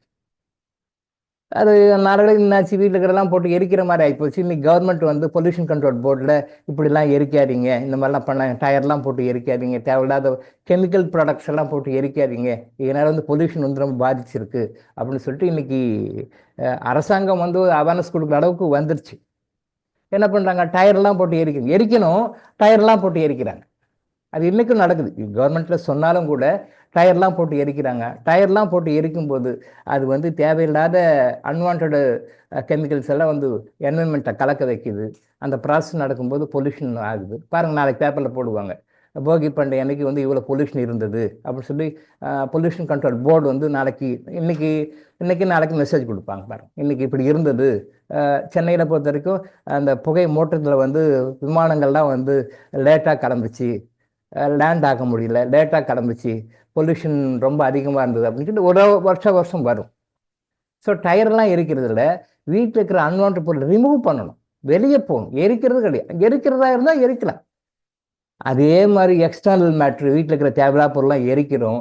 நம்ம உடம்புக்குள்ள, நம்ம மனசுக்குள்ளே இருக்கிற அன்வான்டெல்லாம் எரிக்கணும், போக்கணும். இதை யாரும் போக்குறது இல்லை. வீட்டில் அங்கங்கே பொருள் இருக்குது, இந்த பொருள் இருக்குது, இந்த பொருள் இருக்குது, எல்லாம் வீட்டுக்கு முன்னாடி வச்சு எல்லாம் எரிச்சிடுவாங்க. அது தவறாக புரிந்து கொள்ளப்பட்ட ஒரு விஷயம், அது அரைகுறையாக புரிந்து கொள்ளப்பட்ட ஒரு விஷயம். அதையும் செய்யணும். வெளிப்புறமாக வந்து வீட்டில் என்னென்ன அன்வான்ட் ரிமூவ் பண்ணணுமோ அதெல்லாம் வெளியே தரணும், வெளியே அனுப்பணும். பட் எரிச்சு தான் ஆகணும் கட்டாயமெல்லாம் கிடையாது. தப்பாக புரிஞ்சுட்டு பண்ணிட்டு இருக்கு. எரிக்கணும்னு அவசியம் கிடையாது. அது டிஸ்போஸ் பண்ணணும், உங்ககிட்ட வெளியே டிஸ்போஸ் பண்ணணும். எரிக்கே ஆக வேண்டிய விஷயம் இருந்துச்சுன்னா எரிக்கலாம், தப்பு கிடையாது. இதை போக்கணும். அதே மாதிரி நம்ம மனசில் இருக்கிற அன்வான்ட் விஷயங்கள், நம்ம உடம்புல இருக்கிற அன்வான்ட் விஷயங்கள், தேவையில்லாத விஷயங்கள் வெளியே கொண்டு வரணும். நம்மளுடைய மனநிலைகள் என்ன? பொறாமை, பொச்சரிப்பு, கோபம், ஆத்திரம், வெறுப்பு, இந்த மாதிரி அசுரர்களாக மதங்களில் காட்டப்படுகின்றன. அசுரர்களாக மதங்களில் காட்டப்படுகின்றன. அதெல்லாம் குணங்கள் தான். நான் திரும்ப பல வகுப்புகளில் திரும்ப உங்களுக்கு மைண்டில் படிச்சிருக்கேன். அசுரர்களை எந்த தேவர்களும் எந்த இறைவனும் கொல்லவில்லை. அந்த அசுர குணங்களை தான் இறைவன் கொள்கிறார். அது சிம்பாலிக்காக நமக்கு சொல்றாங்க, இந்த குணங்களை கொள்றாங்க. அதைத்தான் நம்ம அசுரனை கொள்றோம், அசுரனை சொல்றோம். நம்ம சொல்லிருக்கோம் நரகாசுரனை கொன்னாரு, பத்மாசுரனை கொன்னாருன்னு சொல்லிருக்கோம். அந்த அசுர குணங்களை தான் நம்ம போக்கணும். அந்த குணங்களை இன்னைக்கு நம்ம உடம்புல ஒரு சேலஞ்ச் வச்சுக்கணும். இந்த போகி பண்டிகை அன்னைக்கு நம்மகிட்ட இருக்க ஒரு அன்வான்ட் ஒரு கேரக்டர், அன்வான்ட் ஒரு குணத்தை, தேவையில்லா குணத்தை நாம் போக்க வேண்டும். நம்மகிட்ட இருக்க தேவையில்லா குணத்தை போக்க வேண்டும் அப்படி சொல்லி போக்குவாங்க. அதை தான் செய்யணும். காப்பு கட்டுதல் கட்டுவாங்க. வில்லேஜஸில் வந்து காப்பு கட்டுதல்னு சொல்லி கட்டுவாங்க. அந்த சில மூலிகை செடிகள்லாம் வச்சு காப்பு கட்டுதல்னு சொல்லி கட்டுவாங்க. அந்த காப்பு கட்டுதல் அப்படின்னு சொல்லி சொன்னா அது சிம்பாலிக்காக எதை காட்டுகிறது? காப்பு கட்டுதல் அப்படின்னா அது ஒரு சில குறிப்பிட்ட இடத்துல வில்லேஜஸ்லையும் சரி, சின்ன சின்ன ஊர்களையும், சிட்டியில் அதுக்கு என்னன்னு தெரியாது அவங்களுக்கு. ஊர்லெல்லாம் வீட்டு முன்னாடி அந்த சில மூலிகைகளில் சில பூக்கள்லாம் எடுத்து பறித்து முன்னாடி காப்பு கட்டுவாங்க. அந்த காப்பு கட்டுதல் அப்படின்றது என்னன்னா, நல்லா பாருங்க, பேர்ல என்ன மீனிங் இருக்கு பாருங்க. காப்பு கட்டுதல். காப்பு கட்டுதல் அப்படின்னா சிம்பாலிக்கா நம்ம வெளியே அதை காப்பு கட்டுறோம். வீட்டு முன்னாடி கட்டுவாங்க. லேண்ட்ல இருக்கிறவங்க அந்த அந்த இடத்துல ஒரு களம் சொல்லுவாங்க, அந்த இடத்துல கட்டுவாங்க. அது காப்பு ஏன் கட்டுறாங்க அப்படின்னு சொன்னா, நெகட்டிவ் எனர்ஜிஸ் எல்லாம் நம்ம கிட்ட எப்பயுமே நம்மளை வந்து பாதிக்கும், ஏதாவது வகையில பாதிக்கும். ஏன்னா நாம் வந்து நெகட்டிவ் எனர்ஜிலும் பாசிட்டிவ் எனர்ஜி ரெண்டும் கலந்த ஒரு வேர்ல்டுல தான் நம்ம இருக்கோம். அனிதா மேடம் கேட்டாங்க இல்லையா, சார் கடவுள் ஒருத்தர் தான், அவர் ஏன் சார் ரெண்டா பிரிவாக இருக்கிறாரு, ஏன் ஆண் பெண்ணாக இருக்குது, ஏன் பாசிட்டிவ் நெகட்டிவாக இருக்குது அப்படின்னு சொல்லி கேட்டாங்க. அதுக்கு வந்து நம்ம ஆன்சர் பண்ணல, டைம் வந்து கிராஜுவலாக ஆன்சர் பண்ணுவோம். அதுக்கும் வந்து ஆன்சர் இருக்குது. அன்ஆன்சர் கொஸ்டின் கிட்டத்தட்ட 500க்கு மேலே இருக்குது. ஆன்சர் பண்ணும். நல்ல கொஸ்டின் மேடம் கேட்டது, ஆன்சர் பண்ணுவோம். அதை அப்பப்போ டைம் கிடைக்கும்போது அது சொல்கிறேன் நான். ஸோ இப்போ வந்து காப்பு கட்டுதல் அப்படின்னு சொன்னால், நன்மை தீமை ரெண்டும் கலந்த உலகம் தான் நம்ம இருக்கிறோம். அந்த காப்பு கட்டுது அப்படின்னும் போது தீய விஷயங்கள் நம்மளை வந்து பாதிக்காமல் இருக்கிறதுக்காக காப்பு கட்டுவாங்க. அதே மாதிரி தான் நம்ம காப்பு கட்டணும். அது எக்ஸ்டர்னல். இன்டர்னலாக கட்டும் பொழுது நம்மளை சுற்றி நெகட்டிவ் எனர்ஜிஸ் இருக்கு, நம்ம காப்பு கட்டிக்கணும். இது வந்து எனர்ஜி ஹீலர்ஸுக்கு தெரியும். சார் ஹீல்டு போட்டுக்கிறோன்னு வாங்க. Pranic healing, Reiki healers, energy ஹீலிங்கில் இருக்கிறவங்க வந்து நாங்கள் ஹீல்டு போட்டுக்கிறோம் சார் அப்படி சொல்லுவாங்க. ஹீல்டு போட்டுக்கிட்டு ஹீல் பண்ணணும் அப்படின்னு வாங்க. உண்மைதான், அது கரெக்டு, சரியான முறை தான். நம்ம ஷீல்டு போட்டு தான் ஹீலிங் கொடுக்கணும். ஆனாலும் கூட நம்ம யாருக்கு ட்ரீட்மெண்ட் கொடுக்குறோமோ, நம்ம யாருக்கு ஹீலிங் கொடுக்குறோமோ, அவங்களுடைய கர்மா ரொம்ப ஸ்ட்ராங்காக இருந்துச்சுன்னா நம்ம ஹீலிங் போட்டாலும் உடச்சிட்டு உள்ள எனர்ஜி வந்துடும். இதுதான் உண்மை. இது கொஞ்சம் ப்ராக்டிக்கலாக அந்த ஃபீல்டு இருக்கிறவங்க தெரியும். நம்ம ஹீல்டு போட்டுக்கிறோம், ஹீல்டு போட்டுட்டு தான் அவங்களுக்கு ஹீல் பண்ணணும், ட்ரீட்மெண்ட் கொடுக்குறோம் எல்லாமே. இருந்தாலும் கூட நம்ம போட்டுக்கிற ஷீல்டை விட ஆப்போசிட்ல இருக்கிற ஒரு சகோதரன் அல்ல சகோதரியினுடைய ஆறால நெகட்டிவ் எனர்ஜி நிறைய இருந்து, பேட் கர்மா நிறைய இருந்ததுன்னா நம்ம ஷீல்டையும் ஓட்ட போட்டு அவங்க நெகட்டிவ் எனர்ஜி நமக்கு வரும். நீங்கள் ட்ரீட்மெண்ட் கொடுத்தாலும் சரி, கவுன்சிலிங் கொடுத்தாலும் சரி, எது கொடுத்தாலும் அந்த இது வரும். ஸோ இப்போ அவங்க எந்த அளவுக்கு ஆப்போசிட்டாக இருக்கிறாங்களோ அது சொன்னால் மனசு கஷ்டப்படும், சொல்லக்கூடாது. அவங்க ஏதோ தீர்வுக்காக தான் அவங்க நம்மகிட்ட வராங்க. அவங்ககிட்ட பேட் கர்மா இருக்குது, பேட் எனர்ஜி இருக்குது அப்படின்னு அவங்களுக்கு தெரியாது. பட் ஏதோ ஒரு ப்ராப்ளத்தை கஷ்டம் தான் வராங்க. அதுக்காக அவனை வந்து கிரிட்டிசைஸ் பண்ணக்கூடாது, குற்றம் சொல்லக்கூடாது, குறை சொல்லக்கூடாது. அந்த ஆத்மா உங்களை தேடி ஏதோ ஒரு காரணத்துக்காக தான் வருது. அந்த ஆத்மாவுக்கு நீங்கள் ஒரு ரெமெடி கொடுக்கணும். பட் என்ன நான் சொல்கிறேன்னா, அவங்களுடைய ஆறா, அவங்களுடைய நெகட்டிவ் எனர்ஜி, அவங்களுடைய நெகட்டிவ் கர்மா எவ்வளோ இருக்கோ அதுக்கு தகுந்த மாதிரி பவர்ஃபுல்லாக நம்ம ஷீல்டு போட்டுக்கிட்டா தான் நம்ம ப்ரொடெக்ட் பண்ண முடியும், அவங்களுக்கு ப்ரொடெக்ஷன் கொடுக்க முடியும். நம்ம வீக்காக போட்டுக்கிட்டோம் அப்படின்னா நம்மளும் பாதிச்சிருவோம், அவங்களும் பாதிப்பாங்க. அது வந்து வெளியே வர முடியாது. இது இந்த எனர்ஜி ஹீலிங்கில் இருக்கிறவங்களுக்கு அனுபவம் இருக்கும், நிறைய பேருக்கு தெரியும். ஸோ இந்த காப்பு கட்டுதல் நாம் என்ன பண்ணணும், இனிமேலுக்கு இந்த வருடத்திலிருந்து இந்த மாதிரி குணங்களை எல்லாம் நான் அவாய்ட் பண்ணிக்கிறேன், அந்த மாதிரி குணங்கள் என்னை பாதிக்காத மாதிரி நான் ப்ரொடெக்ஷன் பண்ணிக்கிறேன்னு மனோரீதியாக ஒரு காப்பு கட்டிக்கொள்ள வேண்டும். இது இன்டர்னல் ஒரு காப்பு கட்டணும். இன்னிலிருந்து நாம் ஒரு கெட்ட குணத்தை விட்டுட்டோம். இனிமேலுக்கு இந்த மாதிரி ஒரு குணத்தில் வந்து நாம் இருக்க மாட்டோம், இந்த மாதிரி குணத்தை நாம் பாதிக்கப்பட மாட்டோம் அப்படின்னு சொல்லி நமக்கு ஒரு காப்பு கட்டிக்கணும். காப்பு கட்டுதல், காப்பு, தட் இஸ் ஷீல்டு.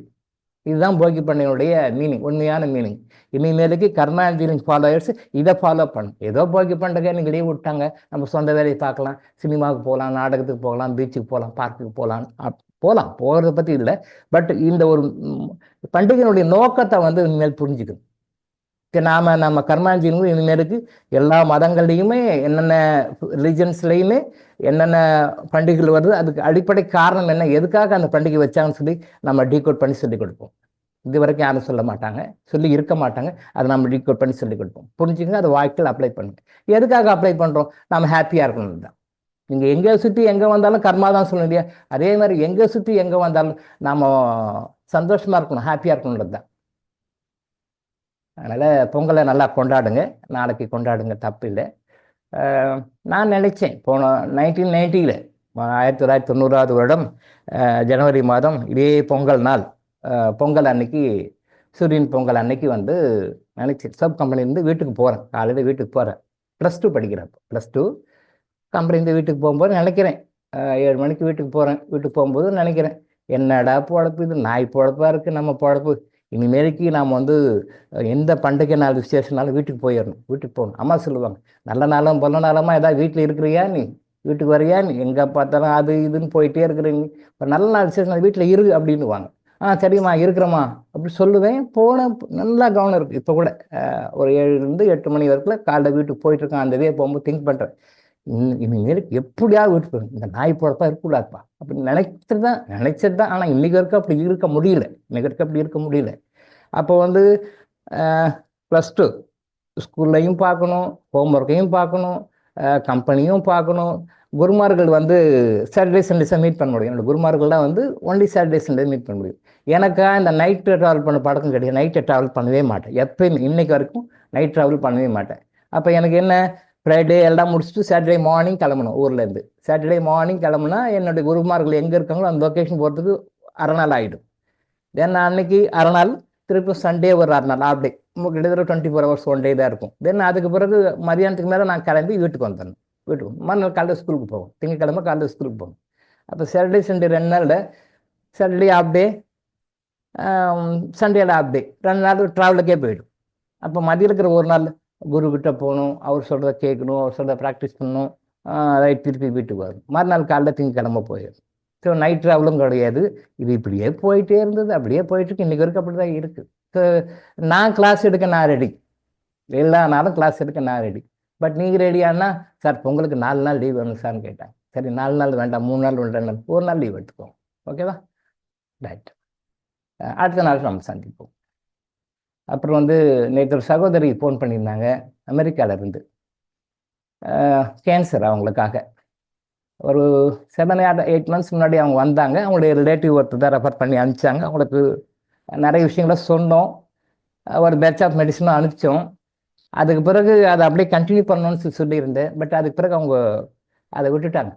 அந்த சகோதரியினுடைய கணவரும் சகோதரியுடைய மகனும் இந்த மாதிரி மாற்று மருத்துவ முறைகளில், மாற்று மருத்துவம் அப்படின்னு சொன்னாலே தப்பு, அது ட்ரெடிஷ்னல் மெத்தட்ஸ். மாற்று மருத்துவம்னு சொல்லி இப்போ கொண்டு வந்துட்டாங்க. ஆல்டர்னேட்டிவ் ட்ரீட்மெண்ட்ஸ்லாம் கிடையாது, இதான் ட்ரெடிஷ்னல் ட்ரீட்மெண்ட். பாருங்க,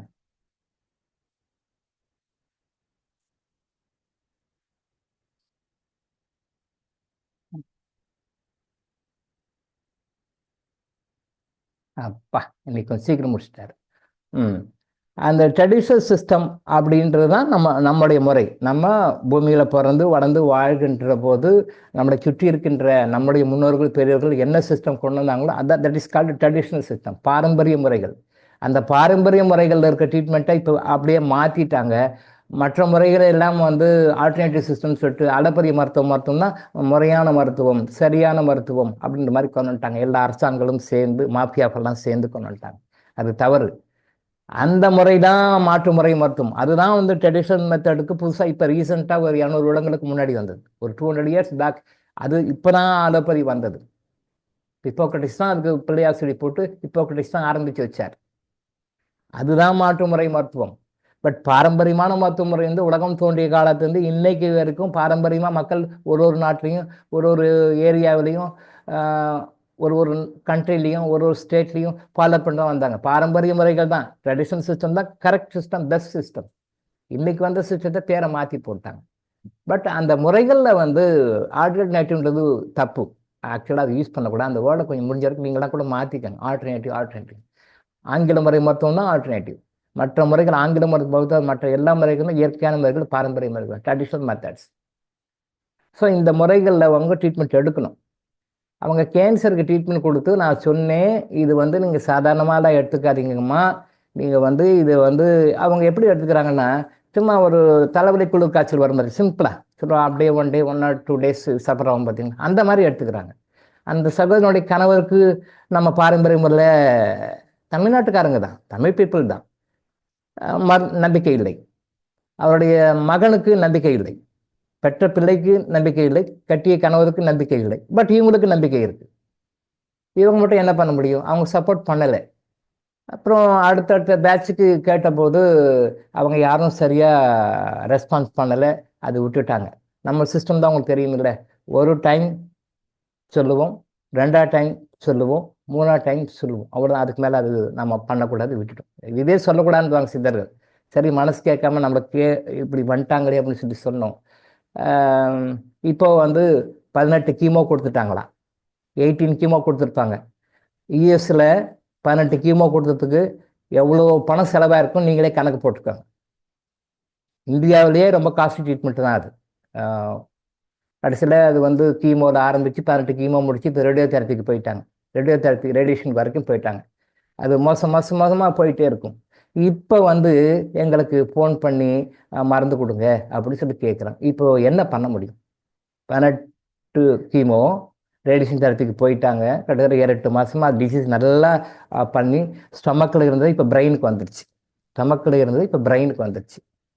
ஆர்சென்டி சார் போனார் லாஸ்ட் வீக் பேசும்போது சொன்னாரா, சார் அது ஸ்டொமக்கில் இருந்து சரி பண்ணிட்டாங்க டாக்டர்.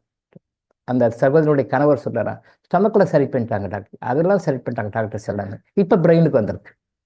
எவ்வளோ அறியாமல் இருக்காங்க. நம்ம என்ன சொல்ல ஆர்சென்டி சார்ட்டு சொல்கிறாரு அவர், சார் வயிற்றெல்லாம் சரியாக போச்சு சார், இப்போ பிரெயினுக்கு போயிடுச்சு சார், அப்படி இதுக்கு ஏதாவது பண்ண முடியுமா சார், நீங்கள் பண்ண முடியுமான்னு சொல்லி கேட்குறாரு. அவருக்கு கிட்டத்தட்ட ஒரு 10 நாளாக கேட்டிருக்காரு. நானும் வந்து அது பார்க்கலாம் சார், அது ஒன்றும் பண்ணுறதுக்கு இல்லை, பார்க்கலாம் சார், ஒன்றும் பண்ணுறதுக்கு இல்லை, பார்க்கலாம் சார் பண்ணுறதுக்கு. அவர் 10 நாளாக ஃபோன் பண்ணிட்டுருக்காங்க. சார் எங்கிட்ட கேட்டு ஆசை சார், இல்லை பார்க்கலாம், வெயிட் பண்ணுங்க அப்படின்னு சொல்லிட்டேன். நைட்டு 11 மணிக்கு மாடி மேலே ஃபோன் எடுத்துகிட்டு வராரு சார் ஆசை சார் வந்து அந்த மேடமே பேசணுன்றாங்க சார், நீங்கள் பேசுங்க சார், ஃபோனை லைவாக கொண்டு வந்து நைட் 11 மணிக்கு கொடுக்குறாரு. சார் பேசுங்க சார், நான் பேசி ஆக போகிறது ஒன்றும் இல்லை, பேசணுமா? இல்லை சார், அவங்க ரொம்ப ஃபீல் பண்ணுறாங்க, பேசுங்க சார். நைட் 11 மணிக்கு கொடுக்குறாரு. பேசுகிறோம். அந்த அம்மாவால் பேச முடியல, நாக்கு குடருது, அவங்களால பேச முடியல, வார்த்தை வரல, அவங்களுக்கு மனசுக்கு ரொம்ப கஷ்டமாக இருந்தது. 6-7 மாதங்களுக்கு முன்னாடி அந்த அம்மா பேசும்போது எவ்வளோ கிளியராக பேசினாங்க. அவங்களால கிளாஸ் கூட வந்திருக்காங்க, லைவாக உட்காந்துருக்குறாங்க. அவங்களால ரொம்ப ஸ்ட்ரைட்டாக உட்காந்து கொஞ்சம் சாஞ்ச மாதிரி உட்காந்து கிளாஸ் அட்டன் பண்ணியிருக்காங்க. அப்போது நல்லா கிளியராக பேசுனாங்க, உட்காந்து பார்த்தாங்க. நேற்று பேசுகிறாங்க, குடருது, வாய் பேச்சு பேச முடியல, அவங்க என்ன சொல்கிறாங்கன்னே எனக்கு புரியலை, என்ன சொன்னாங்க அண்டர்ஸ்டாண்ட் பண்ணிக்க முடியல. ஆஸ்கந்தி சார் கூட அவங்களோட பேசி பழகினதுனால, அந்த ப்ராக்டிஸ்னால அவங்க என்ன சொல்கிறாங்க, இவர் தான் எனக்கு சொன்னார் டிரான்ஸ்லேஷன் மாதிரி. அவங்க என்ன சொல்கிறாங்க அப்படின்றது எனக்கு புரியல. இவர் 10 நாளாக பழக்கத்தினால சார் இப்படி சொல்கிறாங்க சார் அப்படின்னு சொல்லி அதை தான் இவர் எனக்கு டிரான்ஸ்லேட்டர் மாதிரி டிரான்ஸ்லேட் பண்ணி சொன்னார். மனசுக்கு ரொம்ப கஷ்டமாக இருந்தது, மனசுக்கு ரொம்ப வேதனையாக இருந்தது. என்னடா அது இப்படி கொண்டு வந்து விட்டாங்களே, இப்போ வந்து மருந்து கொடுங்கன்றாங்க, நான் என்ன பண்ண முடியும் சொல்லுங்கள்? கேன்சர்ன்றது வந்து சாதாரண விஷயம் இல்லை. அது due to 100% negative karma, group karma plus own karma. So அந்த கர்மாவை போக்குறதுக்கு இன்னைக்கு மருத்துவத்திலேயே போகிறோம். அதுக்கு நம்ம இறைக்கட்டளைகளை கரெக்டாக ஃபாலோ பண்ணாதான் அது வந்து 100% வெளியே வர முடியும். 100% வெளியே வர முடியும். க்யூரபிள் தான் அது. இன்க்யூரபிள்னு சொல்ல முடியாது, அன்க்யூரபிள்னு சொல்ல முடியாது. க்யூரபிள், எல்லா நோய்களுமே க்யூரபிள் தான். எந்த நோயாக இருந்தாலும் ஆங்கில முறை மருத்துவம் வந்து சொல்லியிருக்கே, இதெல்லாம் டிக்ளைன் பண்ணியிருக்காரு. இதெல்லாம் நம்ம ஏற்றுக்கவே முடியாது, குணப்படுத்த முடியாதுன்னு சொல்லி நிறைய வியாதிகளை சொல்லி கொடுத்துருக்கான். அந்த லிஸ்ட் ஒன்று ஆட் ஆயிருக்கு. இது அவங்கள பொறுத்த வரைக்கும், அவங்க தெரிஞ்ச வரைக்கும் சொல்கிறாங்க. அதை அவங்க சொல்கிறத கேட்டுக்கிட்டு கவர்மெண்ட்லாம் ஆமாம் அப்படிதான் அந்த நோய்களை குணப்படுத்த முடியாது அப்படின்னு சொல்லிட்டு இருக்காங்க. தவறு.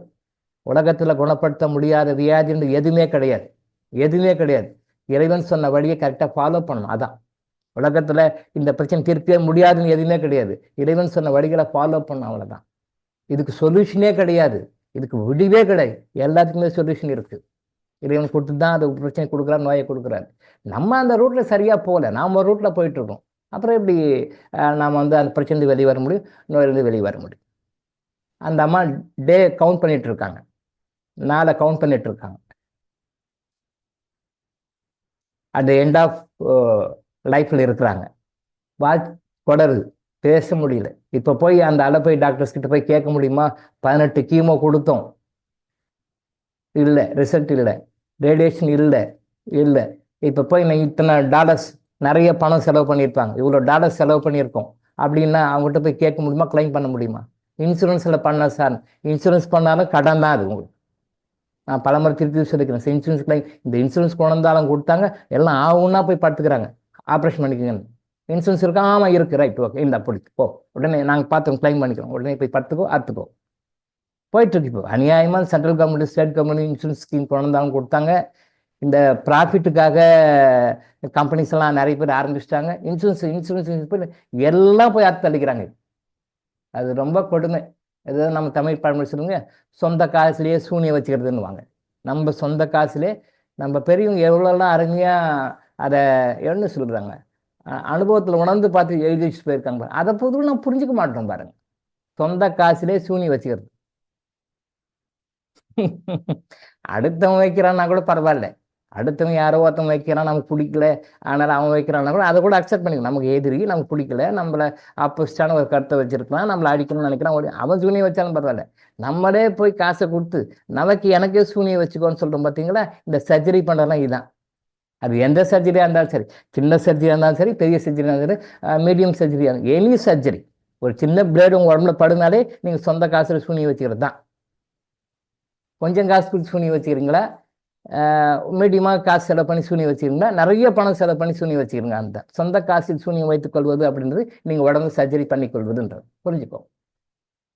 இப்போ சொந்த காசில் அவங்க சூனியம் வச்சிருக்கிறாங்க, இத்தனை தடவை வச்சு என்ன ரெமடி? ஒன்றுமே இல்லை. தர்மம் பண்ணுங்கன்னு சொன்னேன், எனக்கு கொடுங்கன்னா கேட்டேன். ஐயோ டாக்டர் கேட்குறாரு பாரு, அவர் காசு வாங்கிக்கிறார் பாரு, செலவு பண்ணிக்கிறேன். தர்மம் உங்களால், உங்கள் கர்மாவுக்காக நீங்கள் யார்கிட்டேருந்து சாபம் வாங்கினீங்களோ, யார் உங்களை சபிச்சிருக்கிறாங்களோ, யார் உங்கள் மேலே கோபமாகவும் டென்ஷனாகவும் எமோஷனாகவும் இருக்கிறாங்களோ, யார் உங்களை இப்படிலாம் வாழணும், இப்படிலாம் இருக்கணும், கஷ்டப்படணும் நினச்சிட்டு இருக்காங்களோ, அது இந்த ஜென்மத்தையும் இருக்கலாம், பாஸ்ட் லைஃப்லையும் இருக்கலாம். இந்த ஜென்மத்தையும் இருக்கலாம், பாஸ்ட் லைஃப்லையும் இருக்கலாம். அவங்ககிட்ட நீங்கள் மன்னிப்பு கேளுங்க, அப்போ தான் மருந்தே வேலை செய்யும். நானே மருந்து கொடுத்தாலும் கூட, டாக்டர் இளங்கோவே மருந்து கொடுத்தாலும் கூட அந்த மருந்து வேலை செய்யணும். வேலை செய்யாது, கொஞ்சம் கூட யோசனை பண்ண மாட்டேன்றாங்க. ஒரு டயபெட்டிஸ் ட்ரீட்மெண்ட் எடுக்கிறாங்க. நான் ஏற்கனவே ஒரு தடவை இந்த கேஸை ரெக்கார்ட் பண்ணி சொல்லியிருக்கேன். ஒரு தடவை 35 வருஷமா டயபெட்டிஸ், 36 வருஷம் என்கிட்ட வராங்க. முதல்ல 5 வருஷம் டயபெட்டிஸ்க்கு மருந்து ஆரம்பிக்கிறாங்க, அடுத்த 5 வருஷத்துல பிபி வருது,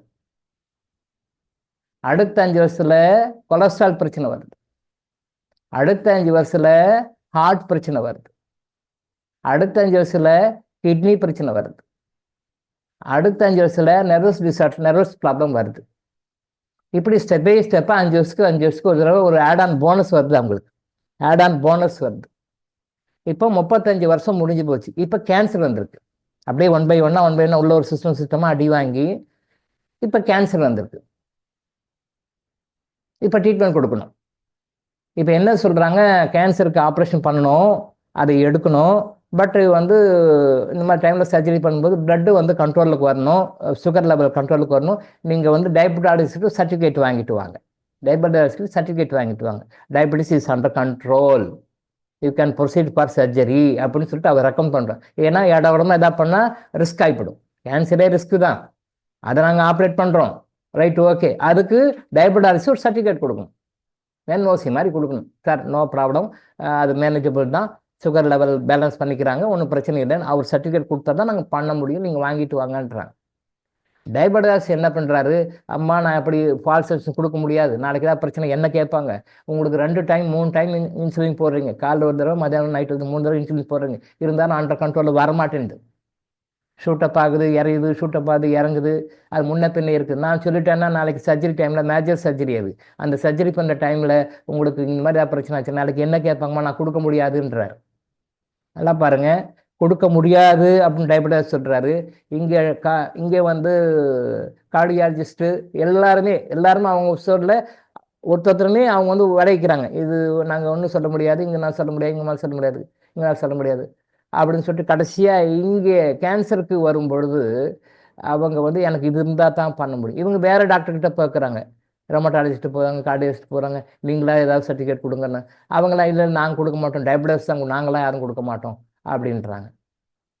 கடைசியில் இவங்க சர்ஜரி பண்ண மாட்டேன்றாங்க. இது நீங்கள் வந்து கொடுக்கலைன்னா நாங்கள் பண்ண மாட்டேங்க முடியும். இப்படியே 2 மாதம் ஓடுது. இவங்க வேறு டாக்டர்ஸ்கிட்ட போகிறாங்க, வேறு ஸ்பெஷாலிட்டிகிட்ட போய் கேட்குறாங்க, யாரும் கொடுக்க மாட்டேன்றாங்க. அவங்க நிலைமையை கொஞ்சம் நினச்சி பாருங்க, அவங்க நிலைமை நினச்சி பாருங்க. வலி தாங்க முடியல, வேதனை கஷ்டமாக இருக்குது. ஆனால் இப்பயும் டயபெட்டிஸ் இருக்குது. 35 வருஷம் கழிச்சும் டயபெட்டிஸ் இருக்குது. கொஞ்சம் யோசனை பண்ண வேணாமா? டயபெட்டிஸ்க்கு மருந்து சாப்பிட்றோம், 1/2 டேப்லெட் ஆரம்பித்தோம், 1/2 டேப்லெட் ஆரம்பித்து அடுத்தது அதை டிஸ்கண்டினியூ பண்ணோமா, அதை ஸ்டாப் பண்ணமான்னு கொஞ்சம் யோசனை பண்ணி பாருங்கள். வளரும் வளரும் வளரும் வளர்ந்துக்கிட்டே இருக்குது. இது யாருடைய தப்பு? நம்ம தப்பு தானே. ஒரு டாக்டர் போய் ட்ரீட்மெண்ட் எடுக்கிறோம், பரவாயில்ல. நான் கூட சொல்லுவேன், அதிகபட்சம் விருந்தும் மருந்தும் 3 நாள், விருந்தும் மருந்தும் 3 நாள். பெரியவங்க சும்மா சொல்லலை, கரெக்டாக சொல்லியிருக்காங்க. மருந்துன்னா கூட 3 நாள், 3 மாதம் கூட எடுத்துக்கலாம், 3 வருஷம் கூட எடுத்துக்கலாம். அதுக்கு மேலேயுமா ட்ரீட்மெண்ட் எடுப்பாங்க? அதுக்கு மேலேயுமா ட்ரீட்மெண்ட் எடுப்பாங்க? 3 நாள் சரி, ஓகே. 3 மாதம் கூட எடுத்துக்கோ, சரி. 3 வருஷம் கூட எடுத்து தொலைக்கலாம், பரவாயில்ல போ. எந்த ஜென்மத்துக்கு கர்மாவும் அனுபவிக்கிறோம், ரைட் போ. 3 வருஷம் கூட எடுக்கணும். அதுக்கு மேலேயும் வருஷம் வருஷம் போதுன்னா இது நம்மளுடைய முட்டாள்தனத்தை காட்டுகிறதா, இல்லை நம்மளுடைய அறிவாளிகளாக இருக்கொண்டு காட்டுதா? படித்த முட்டாள்களாக இருக்கிறோம், சிந்தனை பண்ண மாட்டேன்றாங்க. இது ஏன், இது எப்படி நடக்குது, இது ஏன் நடக்குது, அப்போ க்யூர் ஆகுதா இல்லையா? கண் பார்வைக்கு அப்படிதான். பவர் சார், பவர் வந்து உங்களுக்கு வந்துருச்சு, அதனால கண்ணாடி போடுங்க. பவர் வந்துச்சுன்னா நீங்க ஏன் கண்ணாடி போடுறீங்க? பவர் போயிடுச்சு, கண்ணுக்கு இயல்பான இருக்கிற பவர் போயிடுச்சு. அதை பேர் பாருங்க, ஆப்தால்மாலஜிஸ்ட் என்ன சொல்லுவாங்க, கண் சம்பந்தப்பட்ட சிகிச்சை அளிக்கின்ற ஆப்தால்மாலஜிஸ்ட் என்ன சொல்லுவாங்க, அந்த டெஸ்டிங் சென்டர் என்ன சொல்லுவாங்க, பவர் வந்துச்சு அதனால கண்ணாடி போடும். பவர் வந்துச்சு கண்ணாடி போடு. கொஞ்சம் யோசனை பண்ணி பாருங்க, நாம் எவ்வளோ வடிகட்டின முட்டாள்களாக இருக்கிறோன்ட்டு. பவர் வந்துச்சு கண்ணாடி போடுனா, பவர் வந்தால் நாம் ஏன் கண்ணாடி போடுறோம்? பவர் போயிடுச்சு, கண்ணுடைய பவர் போயிடுச்சு, கண்ணு ஊனமாயிடுச்சு, கண்ணு ரிப்பேர் ஆயிடுச்சு, பவர் போயிடுச்சு, அதனால வந்து ஸ்பெக்ஸ் போடணும். அப்போ பவர் வந்ததுனால போடலை, பவர் போயிட்டனால தான் போடுறோம். இன்னமும் பவர் பவர் பவர்னு சொல்லி போட்டுக்கிறோம். கண்ணாடி கண்ணாடி கண்ணாடி மாற்றுறாங்க, பவர் பவர் பவர் மாற்றுறாங்க. கடைசியில் இப்போ லேட்டஸ்ட் என்ன ஆகிப்போச்சு, அதெல்லாம் கண்ணாடி போடுறத விட லென்ஸ் போடணும், லென்ஸ் போட்டுக்கிறோம். எல்லாராலையும் போட முடியாது இல்லையா, எல்லாராலும் லென்ஸ் போட முடியாது, ஒரு குறிப்பிட்ட நபருக்கு தான் போட முடியும். கொஞ்சம் அதுவும் ரொம்ப ரிஸ்க்கு, காசு செலவு பண்ணணும், அது ரொம்ப கேர்ஃபுல்லாக இருக்கணும், அழக்கூடாது, வேறு வகையில் தண்ணி கிண்ணி பற்றக்கூடாது. அழுதுட்டோம்னா தண்ணி போட்டுச்சோம், அது வந்து வேஸ்ட்டாக போயிடும். தென் கழட்டி போட்டு வேற போடணும், அது வந்து அப்பப்போ ரினியூவல் பண்ணி வேறு புதுசு புதுசாக மாற்றிக்கணும் ஒரு லிமிடெட் பீரியடில். அது தேவையில்லாத வேலை அது. அப்போது கண் பார்வை போட்டு கண்ணாடி போடுறது ஒரு சொல்யூஷன், அப்புறம் வந்து கான்டாக்ட் லென்ஸ் சொல்யூஷன், அப்படியே போயிட்டுருக்கோம். அது இப்போ வந்து மொபைல் வந்தாலும் வந்தது, கம்ப்யூட்டர் வந்தாலும் வந்தது, எல்லாருக்கும் கண்ட பிரச்சனை தான். இது எப்படி மெயின்டைன் பண்ணுறது கூட யாருக்கும் தெரிய மாட்டேங்குது, எல்லாம் கண்ணாடி போட்டுங்க. சின்ன குழந்தைலேருந்து 1 வயசு குழந்தைலேருந்து எல்லாரும் கண்ணாடி போட ஆரம்பிச்சிட்டாங்க. அது ஒரு கௌரவமாக ஆகிப்போச்சு. இப்போ கண்ணாடி போடுறது ஒரு ஸ்டைல் ஆகிப்போச்சு, அது ஒரு கௌரவம். அதுக்கு இப்படி டிசைன் அப்படி டிசைன், இது ஒரு கௌரவம். அதுவே நம்ம உடம்பு கட்டு போய்க்குதேன்னு நினைக்கல, கண்ணாடி போடுறது ஒரு ஸ்டைல் ஆகிப்போச்சு. என்ன பண்ணுறது? சரி, நம்ம சொல்லிக் கொடுப்போம். அதை பற்றி பின்னாடி வந்து அதை கண்ணாடி போடாமல் எப்படி நம்ம கண்ணை ஆரோக்கியமாக வச்சுக்கிறது, கண்ணாடி போடவே தேவையில்லை, கண்ணாடி போடாமல் எப்படி வச்சுக்கிறது நம்ம அது வேணா இன்னொரு 3-4 months கழிச்சு அதை பற்றி நம்ம கண் கண் கண் சம்மந்தப்பட்ட பிரச்சனைகளை எப்படி போக்குறது ஒரு கிளாஸ் லைவாக சொல்லுவோம். அதை நம்ம பண்ணிக்கணும். கண்ணாடி யாருமே போட தேவையில்லை, நல்லா புரிஞ்சுக்கும். கண்ணாடி எந்த வகையிலும் நமக்கு தேவையில்லை. அதை மெயின்டைன் பண்ண முடியுமா? முடியும். சித்தர்கள் சொன்ன விஷயங்களை ஃபாலோ பண்ணால் கண்ணாடி இல்லாமல் வாழ முடியும். வாழ முடியுமா? 100% வாழ முடியும். எவ்வளோ நாள் கண்ணாடி போட்டிருந்தாலும் கழட்டலாம். சொல்கிற டெக்னிக்ஸ் கரெக்டாக ஃபாலோ பண்ணணும். அதான் செய்வோம், சொல்லிக் கொடுப்போம். அப்போ இந்த கேன்சருக்கு வரும்போது, இப்போ கேன்சருக்கு வந்துருச்சு, இப்போ என்ன பண்ணணும்? வேறு வழியே இல்லை. அப்போ வந்து என்கிட்ட கேட்குறாங்க, சார் வந்து இப்படி சொல்கிறாங்க, நான் இங்கே பண்ணி பார்த்த முடியல, அதனால் நீங்கள் ஏதாவது மருந்தெல்லாம் கொடுங்க, நாங்கள் சாப்பிட்றோம்.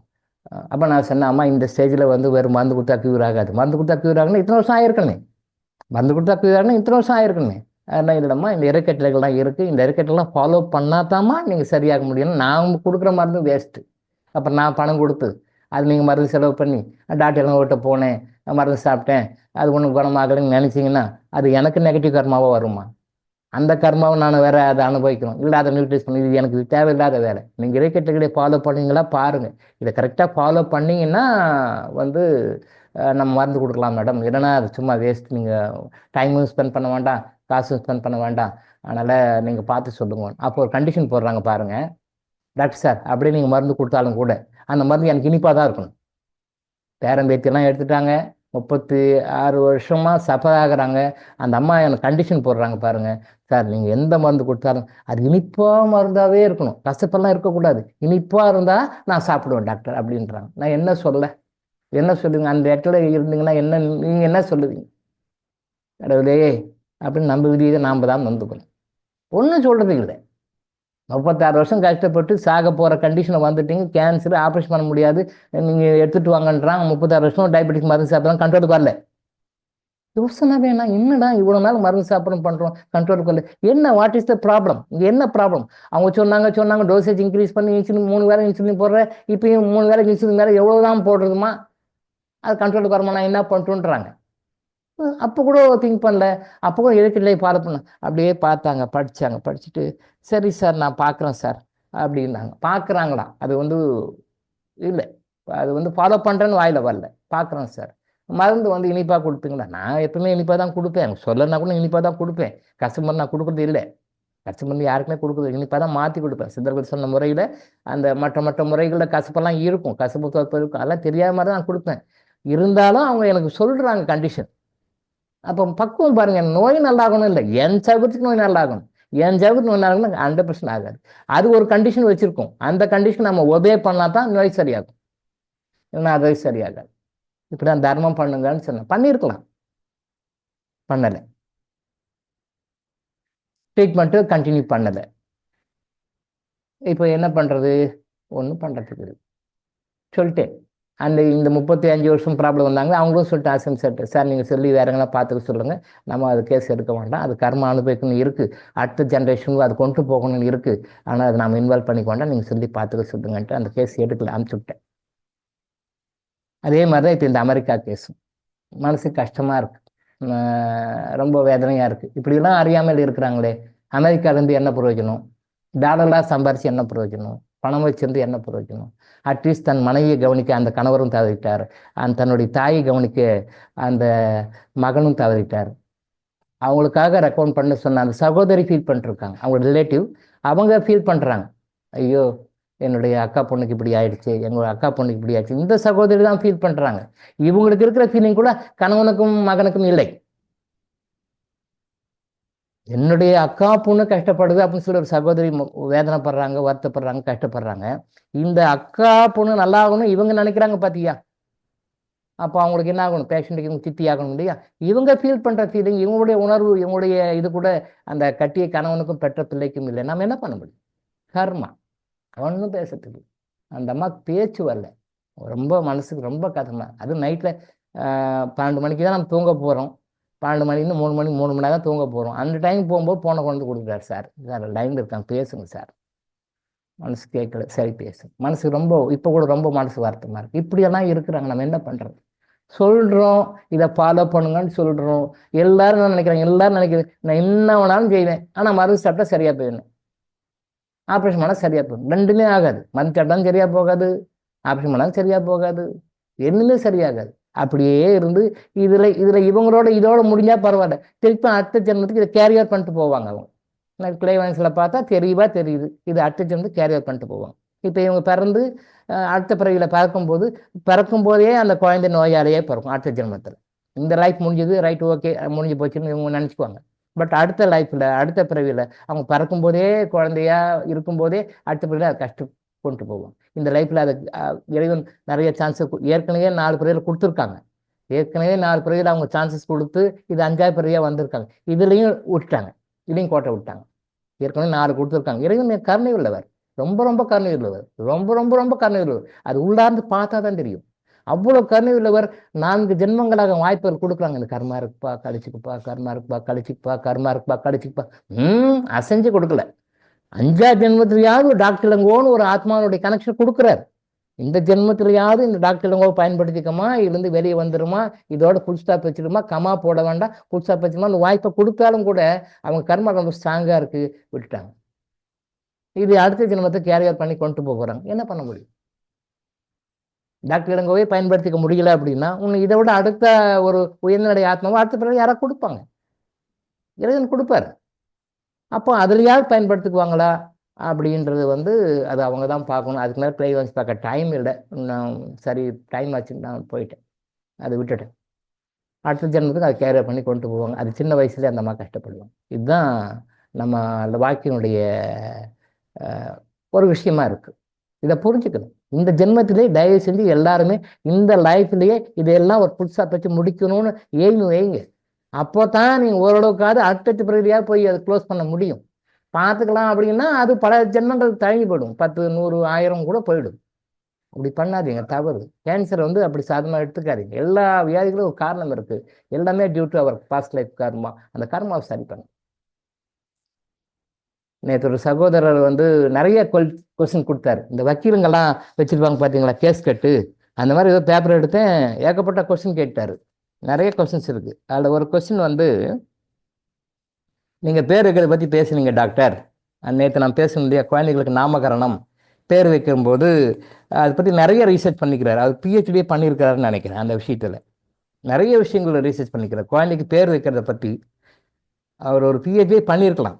அந்த அளவுக்கு நிறைய ரீசர்ச் பண்ணியிருக்காரு. கிட்டத்தட்ட ஒரு 15 கொஸ்டின்ஸ் மேலே போட்டிருக்காரு. 15 கொஸ்டின்ஸ் மேலே அவர் கேட்ட கேள்வி எல்லாருக்குமே ஆன்சர் பண்ண ஒரு கிளாரிட்டி வரும், மக்களுக்கு வரும். அப்போ அதில் பேர் வைக்கிறதுல என்ன மாதிரி பேர் வைக்கிறாங்க, அப்பானுடைய பேரும் அம்மானுடைய பேரும் கலந்து வைக்கிறாங்க சார் அப்படின்னார். ஒரு குழந்தைக்கு பேர் வைக்கிறோம், அப்பானுடைய பேர் அம்மாவுடைய பேர் கலந்து இப்போ பேர் வைக்கிறாங்க சார். ஒரு 4 எழுத்துன்னா அம்மானுடைய பேர் அம்மாவுடைய பேர் 2 எழுத்து சேர்த்து 4 எழுத்து அப்படி வருது சார். நல்ல விஷயம்தான், அது பாராட்ட வேண்டிய விஷயம்தான். இன்னும் சில பேர் இனிஷியல் போடும்போது இப்போ அம்மாவுடைய இனிஷியலும் சேர்த்து போடுறாங்க.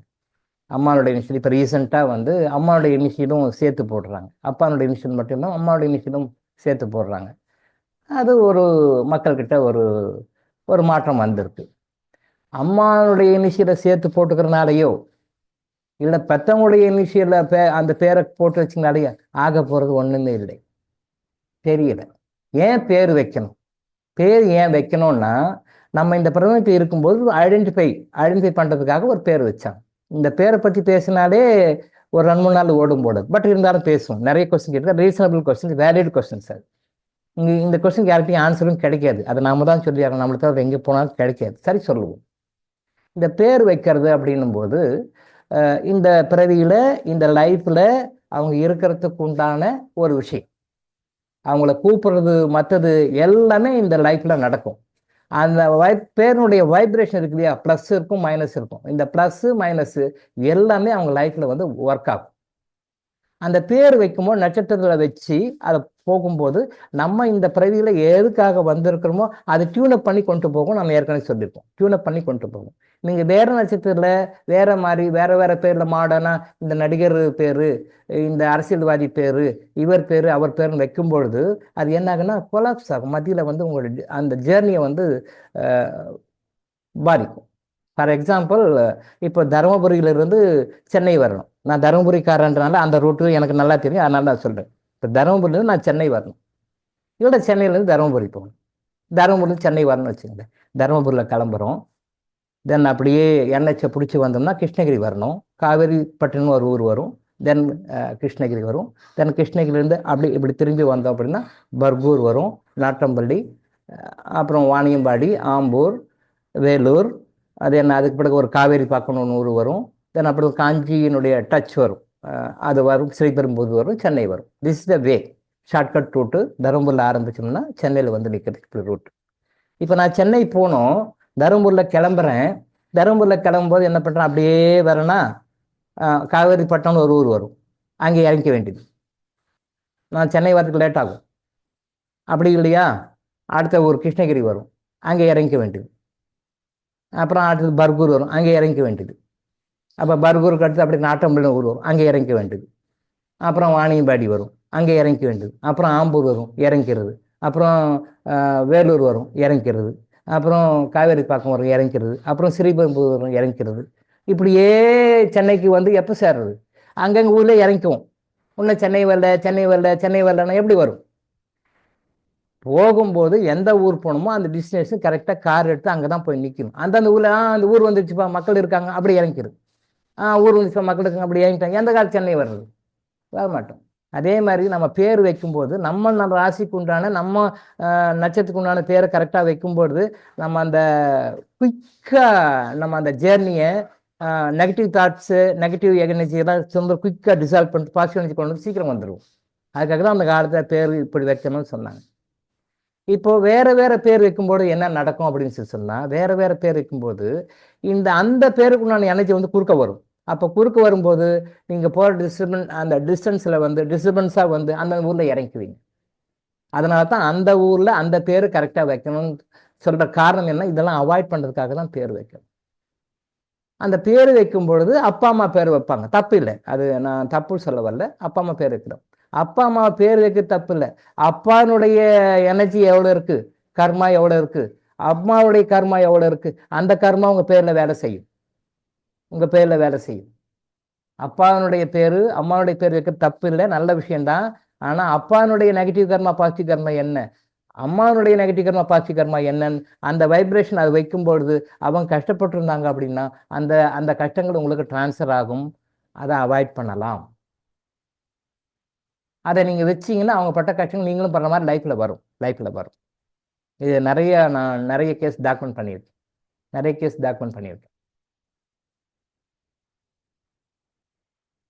அம்மானுடைய தாடியினுடைய தங்கத்தை மேரேஜ் ஆகும்பொழுது சென்டிமெண்ட்டாக அம்மா போட்டிருந்த தாடி இது. ஸோ இந்த தாடியை நான் உருக்கி நான் என்னுடைய திருமணத்துக்கு என்னுடைய மனைவிக்கு கட்டுவதற்கு தாலியாக மாற்றி கட்டியிருக்கிறேன்.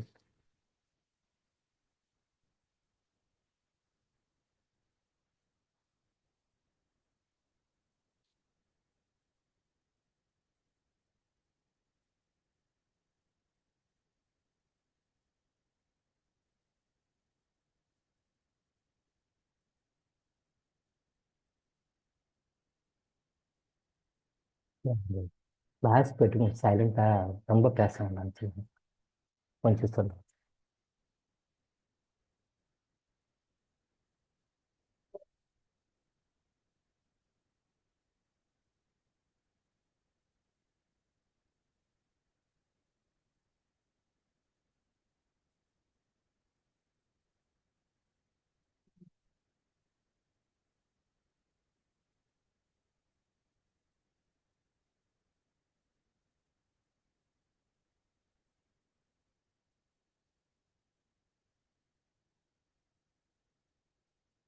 மிகப்பெரிய உண்மை. ஆண்டவனே வந்து கோயில் மணி நடிச்சது உண்மைன்னு சொல்கிறார். அப்போது அம்மா கிட்டேருந்து வந்த நகைகள் அதை வந்து அவர் சென்டிமெண்ட்டாக என்ன பண்ணுறாரு, அம்மா கிட்டேருந்து வந்த நகை, அம்மா போட்டிருந்த தாலி, அதனால் வந்து இதை நான் சென்டிமெண்ட்டாக திருமணத்துக்கு வந்து தாலி செய்யும்போது இந்த தங்கத்தை நான் பயன்படுத்தி என்னுடைய மனைவிக்கு தாலி செய்கிறேன்னு சொல்லிட்டு தாலி செஞ்சு போட்டார். நான் அது வேண்டாம், அது மாதிரி வேண்டாம், அப்படி வேண்டாமே, அது வந்து எனர்ஜைஸ் பண்ணி கிளன்சிங் பண்ணி பண்ணணும் அப்படின்னு சொல்லி நான் சொன்னேன். அவருக்கு வந்து அதை ஏற்றுக்கவும் முடியல, ஏற்றுக்காமல் இருக்கவும் முடியல. சரி, இருந்தாலும் அம்மா சென்டிமெண்ட்டில் பண்ணார். அவர் வாழ்க்கையில் நிறைய பிரச்சனைகளை அனுபவித்தார். இது வந்து நம்ம சொல்லுகின்ற கருத்து ஒரு புதுமையான கருத்து. ஆனால் அவரை ஏற்றுக்கவும் முடியல, அப்ஜெக்ட் பண்ணவும் முடியல. அவரால் ஏற்றுக்கவும் முடியல. என்ன சார் இப்படியெல்லாம் இருக்கா அப்படின்னு ஏற்றுக்கவும் முடியல. அதே சமயத்தில் நான் சொல்லும்போது விஷயம் இருக்குன்னு அக்செப்டும் பண்ணிக்கிறாரு. பட் இருந்தாலும் அந்த அம்மா மேலே இருக்கிற சென்டிமெண்ட்டில் வந்து அதை வச்சு இப்போ ரொம்ப கஷ்டப்பட்டார்.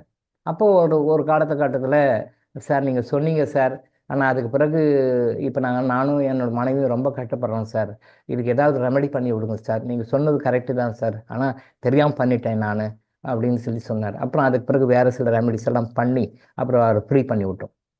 பல வருடங்கள் கஷ்டப்பட்ட பிறகு அப்புறம் இதுவும் கர்மா தான். அப்போ சொல்லும்போது கேட்டிருந்தா அவர் சக்கப்பட்டிருப்பார்ல, அதுவும் கர்மா தான். அவர் கஷ்டப்பட்ட பிறகு அப்புறம் 10-15 வருஷம் கஷ்டப்பட்ட பிறகு 20 years after 20 years of suffering, 20 வருஷம் கஷ்டம் முடிஞ்ச பிறகு அப்புறம் ஃபீல் பண்ணி வரார். அப்பாயின்மெண்ட் கேட்டார், கொடுக்க முடியல, 3 மாதம் கழிச்சு தான் கொடுத்தோம். ஆஃப்டர் 3 months அது வேறு 20 வருஷம் ப்ளஸ் எக்ஸ்ட்ரா ஒரு 1/4 வருஷம் 3 மாதம் வந்தார். அப்புறம் சில ரெமெடி சொன்னோம். நான் இப்போ பரவாயில்ல சார், இப்போ நல்லா இருக்கேன் சார், பரவாயில்ல சார், இப்போ நான் சார் கடைசி வெளியே வந்தேன் அப்படின்னாரு. இதில் என்ன கருத்து நம்ம தெரிஞ்சுக்கணும்னா, அம்மா right okay, sentiment right okay, நல்ல தப்பு இல்லை. ஆனால் டியூ டு தேர் கர்மா, அவங்களுடைய கர்மாவில் அவங்க நிறைய கஷ்டப்பட்டுருப்பாங்க, லைஃப்பில் கஷ்டப்பட்டுருப்பாங்க. அந்த கஷ்டப்பட்ட எல்லாமே அவங்க தாலியில் ரெக்கார்டாக இருக்கும். இன்விசிபிளாக ரெக்கார்டு இருக்கு, நாட் விசிபிள், இன்விசிபிள் ரெக்கார்டாக இருக்கும். அந்த தங்கத்தை உருக்கி அவங்க தன்னுடைய மனைவிக்கு அவங்க தாலியாக சென்டிமெண்ட்டாக உண்ணாலும், நான் பல தடவை சொல்லியிருக்கேன், பல வீடியோ ரெக்கார்ட் பண்ணியிருக்கேன், தங்கத்தை உருக்கினாலும் அந்த உள்ள இருக்கிற இன்விசிபிள் எனர்ஜி போகாது. தங்கத்தை நீங்கள் உருக்கி படம் போட்டாலும் தங்கத்தை வந்து சுட வச்சு அதை ப்ராசஸ் மாற்றிட்டாலும் அந்த தோஷமெல்லாம் போயிடும் அப்படின்னு சொல்லுவாங்க. இல்லை, தங்கம் ஃபார்ம் தான் மாறுது.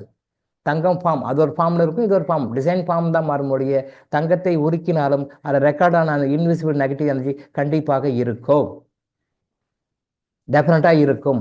அந்த எனர்ஜி போக்குறதுக்கு சித்தர்கள் மட்டும்தான் சில டெக்னிக்கலாக சொல்லி கொடுத்துருக்காங்க. நம்ம போடுகின்ற நகைகளில் இருக்கிற நெகட்டிவ் எனர்ஜி நம்மளை வந்து பாதிக்கும், பாசிட்டிவ் நல்லது பண்ணும். பாசிட்டிவ் எனர்ஜி இருக்குது, அதை நம்ம சொல்ல முடியும். நம்ம பாசிட்டிவும் பார்க்கணும், அதை பாசிட்டிவ் எனர்ஜி போடுறோம், அதனால் நமக்கு நல்லது நடக்கும்போது சந்தோஷம், ஹாப்பி. அதில் யாரும் வந்து யாருக்கும் எந்த கொஸ்டின் இல்லை, அதை யாரும் ஃபீல் பண்ணுறதில்லை, அதை பற்றி நினைக்கிறது இல்லை. நல்ல சந்தோஷம், ஹாப்பி, ஆரோக்கியமாக இருக்கிறேன், நகை இருக்குது, சொத்து பத்து இருக்குது, நல்ல வருமானம் வருது, தோப்பு தரவு இருக்குது, பங்களா இருக்குது, கார் இருக்குது, எல்லாமே ஹாப்பி, அதெல்லாம் சந்தோஷம், தப்பில்லை. ஆனால் அந்த நெகட்டிவ் வந்து நம்ம படவைகளை பாதிக்குதே, பொருளாதாரத்தில் பாதிக்குது, தொழிலில் பாதிக்குது, பிஸ்னஸில் பாதிக்குது, குடும்ப உறவுகளில் பாதிக்குது, இந்த மாதிரி பிரச்சனைகள்லாம் வருதே.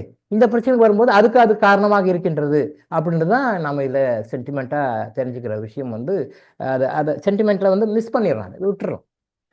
நீங்கள் போட்டுக்கின்ற நகைகள்ல இருந்து உங்களுக்கு பாசிட்டிவ் எனர்ஜி இருக்குது, நெகட்டிவ் எனர்ஜி இருக்குது. நீங்கள் போட்டுக்கின்ற நகைகள்ல இருந்து எப்படி அந்த நெகட்டிவ் எனர்ஜி எடுக்கணும், எப்படி பாசிட்டிவ் எனர்ஜி கொடுக்கணுன்றது வந்து சித்தர்கள் மட்டும்தான் சொல்லியிருக்காங்க,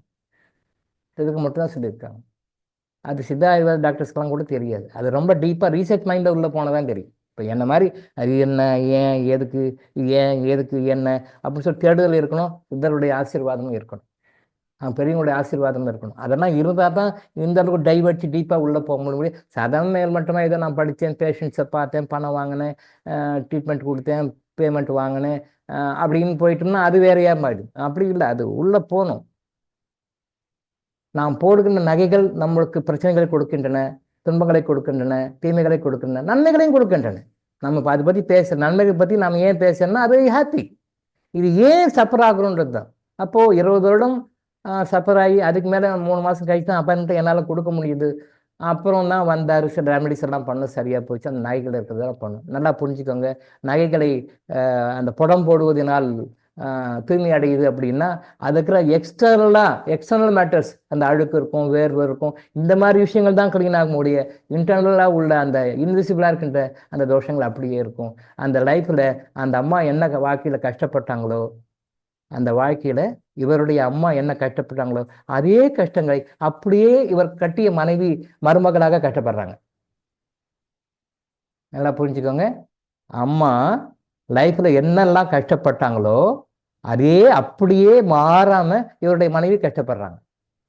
இதை 20 இயர்ஸ் கழிச்சு ரியலைஸ் பண்ணுறாரு, ஆமாம் எங்கள் அம்மா இப்படியெல்லாம் கஷ்டப்பட்டாங்க, அதே கஷ்டங்களை என்னுடைய மனைவி இன்னைக்கு படுகின்றார். ஆஃப்டர் 20 இயர்ஸ் ரிலீஸ் பண்ண, ஆமாம் எப்படி டாக்டர் நீங்கள் அப்போ சொன்னீங்க, அப்படி தான் சொன்னேன், சொல்லியிருக்கிறாங்க, ஞானத்தை கொடுத்துருக்காங்க, இது சொல்லுங்கன்னு சொல்லியிருக்காங்க, நான் சொன்னேன், நீங்கள் தான் கேட்கல. ஆமாம் சார், கரெக்டு தான் சார் அப்படி சொல்லிட்டு அப்புறம் ஃபீல் பண்ணேன். ஸோ இந்த எதுக்காக சொன்னேன், இதில் இவ்வளோ விஷயம் இருக்குது, அதை தெரிஞ்சுக்கோங்க, லைஃப்பில் அப்ளை பண்ணும். Cleansing is very very very very important thing in our life. Because நம்ம அந்த சரௌண்டிங் தான் வாழ்கிறோம், நம்மளை சுற்றி கிளென்சிங் பண்ணிக்கிட்டே இருக்கும். 24 hours 60 days we are getting polluted by others negative energies. மற்றவங்களுடைய நெகட்டிவ் எனர்ஜிஸ் நிறைய இருக்கிறனால நம்ம ஏதோ பாதிச்சிருக்கிறோம். அதனால தான் கிறிஸ்டல் சொல்கிறோம், 2 கிறிஸ்டல் மாற்றி ஆல்டர்னேட்டாக வச்சுக்கோங்க. 24 hours it absorbs all other people's negative energy அப்படின்னு சொல்கிறேன். அதை அப்சர்வ் பண்ணிட்டே இருக்கும், அதை டிஸ்போஸ் பண்ணணும். ரிசீவ் பண்ணும். அதனால தான் கிறிஸ்டலை வந்து 24 ஹவர்ஸ் கூட வச்சுக்கோங்க, ஆல்டர்னேட்டாக மாற்றி மாற்றி வச்சுக்கோங்க. விதவுட் கிறிஸ்டனுடைய கான்டாக்ட் நீங்கள் இருக்காதீங்க, வச்சுக்கோங்க. நீங்கள் நல்லா ஃபீல் பண்ணுங்க, ஹாப்பியாக இருப்பீங்க, என்ஜாய் பண்ணுங்க. யாரும் வந்து உங்களை ஏமாற்ற முடியாது, ஏற்க முடியாது. நீங்கள் தப்பான ரூட்டுக்கு போக மாட்டீங்க, தப்பே பண்ண மாட்டீங்க. அந்த மாதிரி கரெக்டாக அந்த என்விரான்மெண்ட்டை கொண்டு போகும். அப்படியே நீங்கள் தப்பே பண்ணிட்டீங்க அப்படின்னா கூட, டியூ டு பாஸ்ட் லைஃப் கர்மானால ஏதோ தப்பு பண்ணிட்டீங்கன்னா கூட, அதை அப்படியே லெசர் பண்ணி, அதனால் உங்களுக்கு நிறைய பாதிப்புகள் பிரச்சனை வராத மாதிரி உங்களை எஸ்கேப் பண்ண வச்சிடும். அதுக்கெல்லாம் கிறிஸ்டலுக்கெல்லாம் வேல்யூவே கிடையாது. நீங்கள் எத்தனை குரோர்ஸ் கொடுத்தாலும், எத்தனை பில்லியன் கொடுத்தாலும் அதுக்கு ஈக்குவலாக நாம் கொடுத்து வாங்குற காசுலாம் ஒன்றுமே கிடையாது. அவ்வளோ விஷயத்தை கொடுக்குது. நீங்கள் எந்த அளவுக்கு டெடிக்கேட்டடாக, எந்த அளவுக்கு நீங்கள் பவர்ஃபுல்லான கிறிஸ்டல் வாங்கின போது அந்த அளவுக்கு பல மடங்கு, 1000 மடங்கு, 1,00,000 மடங்கு பலன் அது உங்களுக்கு கொடுத்துடும். Because crystal is equal to divine, divine is equal to crystal, இறைவன் is equal to crystal, crystal is equal to இறைவன். பேர் வைக்கிறத பற்றி வந்தோம், அப்படி டிவைட் ஆகிட்டோம். இந்த பேர் வைக்கிறது வந்து அந்த முன்னோர்களுடைய பேர் வைக்கிறாங்க. அந்த மாதிரி பேரை வைக்கும் பொழுது அவங்களுடைய நெகட்டிவ் எனர்ஜி நமக்கு வரும், பாசிட்டிவ் எனர்ஜி வரும். அப்போ அவங்க லைஃப்பை பாருங்கள், அவங்க நல்லா வாழ்ந்திருக்காங்களா, நல்ல பேர் போட வாழ்ந்திருக்காங்களா, நல்ல ஆரோக்கியத்தோடு வாழ்ந்திருக்காங்களா, நல்ல 4 பேர் மெச்சிக்கிற மாதிரி வாழ்ந்திருக்காங்களா, அவங்களுக்கு பேர் போட வாழ்ந்திருக்காங்களா. ப்ளஸ் அவங்க உள்ளாந்த ரீதியாக வெளியில் பேர் இருக்கும், ரைட், ஓகே, பட் உள்ள அவங்களுடைய வாழ்க்கையில் அவங்க நல்ல திருப்தியாக சந்தோஷமாக வாழ்ந்திருக்காங்களான்னு பாருங்கள். அந்த மாதிரி வாழ்ந்திருந்தாங்கன்னா அவங்க பேரை வைங்க, தப்பு இல்லை, அவங்க பேரை வைங்க. அப்படி இல்லைன்னா அந்த பேர் தயவு செஞ்சு வைக்காதீங்க. பாசம் வேற, அன்பு வேற. பட் நாம் அடுத்த லெவலுக்கு போகணும். நாம் அடுத்த லெவலில் நல்ல லெவல் இருந்தால் தான் இவங்கள உயிர் நிலை கொண்டு போக முடியும், இவங்க உயிர் நிலை கொண்டு போக முடியும். ஸோ அவங்களுக்குன்னு சில கடமைகள் இருக்குது, பித்ரு கடமைகள் இருக்குது. இந்த மாதிரி தெளிவாக பித்ரு கடமைகள், பித்ரு கடன் சொல்கிறாங்க. அதை கடன் தீட்டே ஆக வேண்டிய கடன்கள். அது கடமைகள்ன்றதை விட கடமை கூட எஸ்கேப் ஆகிக்கலாம். செய்யலாம், செய்யாமல் போகலாம். கடமையை செய்யலாம், செய்யாமையும் போகலாம். பட் கடன் கொடுத்தே ஆகணும். கடன்றது கொடுத்தே ஆகணும். பித்ரு கடன், அந்த கடனை கொடுத்தே ஆகணும். அதை வந்து அவாய்ட் பண்ண முடியாது. அப்போது நீங்கள் நல்லா இருந்தால் தான் அவங்களுக்கு உண்டான அந்த ஒரு மகன் அல்லது மகளுக்கு உண்டான கடன்களை செஞ்சு அவங்கள உயர்நிலை கொண்டு போக முடியும். நீங்களே டெய்லி டென்ஷனில் பிரச்சனையில் இருக்கிறீங்க, அன்றாட வருமானத்துக்கு கஷ்டப்பட்டுருக்கீங்க, வருமானம் பத்தாமல் கஷ்டப்பட்டுருக்கீங்க, பொருளாதாரம் சொல்ல சிரமத்தில் இருக்கிறீங்க, மற்ற வாழ்க்கையில் பிரச்சனைகள், நோய்களாக இருக்கீங்க, மற்ற கஷ்டங்களாக இருக்கும்போது நீங்கள் எப்படி அவங்கள பற்றி நினைப்பீங்க, அவங்களுக்கு எப்படி முன்னேற்றம் கொடுப்பீங்க? அவங்களும் மேலே போக மாட்டாங்க, அடுத்த லெவலுக்கு போக மாட்டாங்க, அவங்களும் லோ லெவலே சுற்றிட்டு இருப்பாங்க, நீங்களும் அடுத்த லெவலுக்கு போக மாட்டீங்க, நீங்களும் லோ லெவலில் சுற்றிட்டு இருப்பீங்க. இது இப்படியே தொடரும். அப்போ நாம் நல்லா இருக்கணும். நாம் நல்லா இருந்தால் தான் அவங்களுக்கு வந்து நம்ம அவங்களுக்கு என்ன செரமனிஸ் பண்ண முடியும், என்ன முறைகள் பண்ண முடியும், என்ன சாங்கிய சடங்குகள் பண்ணணும், எந்த மாதிரி அவங்களுக்கு சென்டாப் பண்ணி கொடுத்து என்ன தானம் தர்மம் பண்ண முடியும், அவங்களுக்கு என்ன மாதிரி ஒரு அனுசரணையான விஷயங்கள் பண்ண முடியும், அவங்கள வழிபட்டு. அவங்களுக்கு வழிபாடு மீன்ஸ் இங்கே கும்பிட்றது இல்லை, நல்லா புரிஞ்சுக்காங்க. வழிபாடுன்னா உடனே எல்லாம் சொல்கிற வழிபாடுனா கும்பிட்றது இல்லை, நீங்கள் என் வீட்டுக்கு வந்து பிறந்துரு, நீங்களே இப்படி அப்படி இல்லை. இங்கே வழிபாடுன்ற வேர்டு தப்பாக எடுத்துக்கிறாங்க. அவங்கக்கிட்டே நம்ம மன்னிப்பு கேட்டு, மன்னிப்பு கொடுத்து, அவங்கள மனசை கூல் பண்ணி அடுத்த லெவலுக்கு அனுப்பிச்சி விடணும். அதுதான் நம்ம வேலை. அவங்கள மனசை கூல் பண்ணி ஏதாவது அவங்களுடைய வாழ்க்காலத்தில், அந்த வாழ்நாளில் நம்ம வந்து அவங்க மனசு நம்ம நடந்திருப்போம், அவங்க மனசு நோக்கிற மாதிரி நடந்திருப்பாங்க நம்மக்கிட்ட. ஸோ இதை வந்து நாம் அவங்கள மறந்து மன்னிச்சு, இதெல்லாம் அந்த தவறுகளை எல்லாம் மறந்து மன்னிச்சு அவங்களுக்கு வந்து பிளஸ்ஸிங் கொடுத்து ஆசீர்வாதம் பண்ணி நாம் அவங்கள அனுப்பணும். அதே மாதிரி அவங்களும் உங்கள் மேலே அந்த பழி வாங்கக்கூடாது, உங்கள் மேலே கோபத்தில் வருத்தத்தில் இருக்கக்கூடாது. ஏன்னா அதுவும் உங்களை பாதிக்கும். அவங்க எப்படி எடுத்துறாங்க பொறுத்து நினச்சாலே நமக்கு வருத்தம் வரும், அந்த துக்கம் திறங்க நமக்கு வரும். இன்னும் கோவப்பட்டாங்க, நம்ம டென்ஷனாக இருக்காங்க, எமோஷனாக இருக்கும்போது அந்த பல வகையில் பாதிப்போம், இன்விசிபிளாக பாதிப்போம். ஸோ இப்போ அவங்களையும் நல்ல நிலைமைக்கு நாம் ப்ளஸ் பண்ணணும், அவங்களும் நம்மளை ப்ளஸ் பண்ணணும். இதெல்லாம் பண்ணும்போது உங்களுக்கு நல்ல லைஃப் நல்லாயிருக்கும், நல்லா ஹாப்பியாக சந்தோஷமாக இருப்பீங்க, உங்கள் சந்தேகத்தோடு நல்லா இருப்பீங்க. அதுக்கு அடிப்படை காரணம் நீங்கள் நல்லா இருக்கணும். ஏடா கூடமான கஷ்டப்பட்டவங்க பேர், அப்பா பேர், அம்மா பேர், தாத்தா பேர்னு அவங்க பேரை வச்சுட்டு ஆனால் நீங்கள் கஷ்டப்பட்டு இருந்தீங்க அப்படின்னா அது எப்படி போகும்? ஸோ அவங்க லைஃப் சிஸ்டம் எப்படி வாழ்ந்தாங்கன்னு கொஞ்சம் பாருங்கள். பாசிட்டிவாக இருந்ததுன்னா வைங்க, நெகட்டிவாக இருந்தால் வைக்க வேண்டாம். இன்னும் சில பேர் வைக்கிறாங்க ரொம்ப பெரிய பேர், சில பேர் அது கிட்டத்தட்ட 3-4 பேர் சேர்ந்து கம்பைன் ஆகி வருது. அந்த தாத்தா பேத்திக்கு பேர் வைக்கிறார், தாத்தா பேத்திக்கு பேர் வைக்கிறார், ஒரு 4-5 பேர் சேர்ந்து பெரிய பேரை வருது. தாத்தானுடைய மோட்டிவ் என்ன? தாத்தாவுடைய மோட்டிவ் என்ன? பேத்தி நல்லா இருக்கணும் தானே. எந்த தாத்தாவும் என்ன நினைப்பார்? பேத்தி நல்லா இருக்கணும், நல்லா சந்தோஷமாக இருக்கணும்னு நினைப்பார். அந்த பேத்தி நான் பெரிய பேர், ஒரு 4 பேர் சேர்ந்து ஒரு பேர் வச்சிடறார். என்னுடைய பேத்திக்காக பேர் வச்சிடுறார்.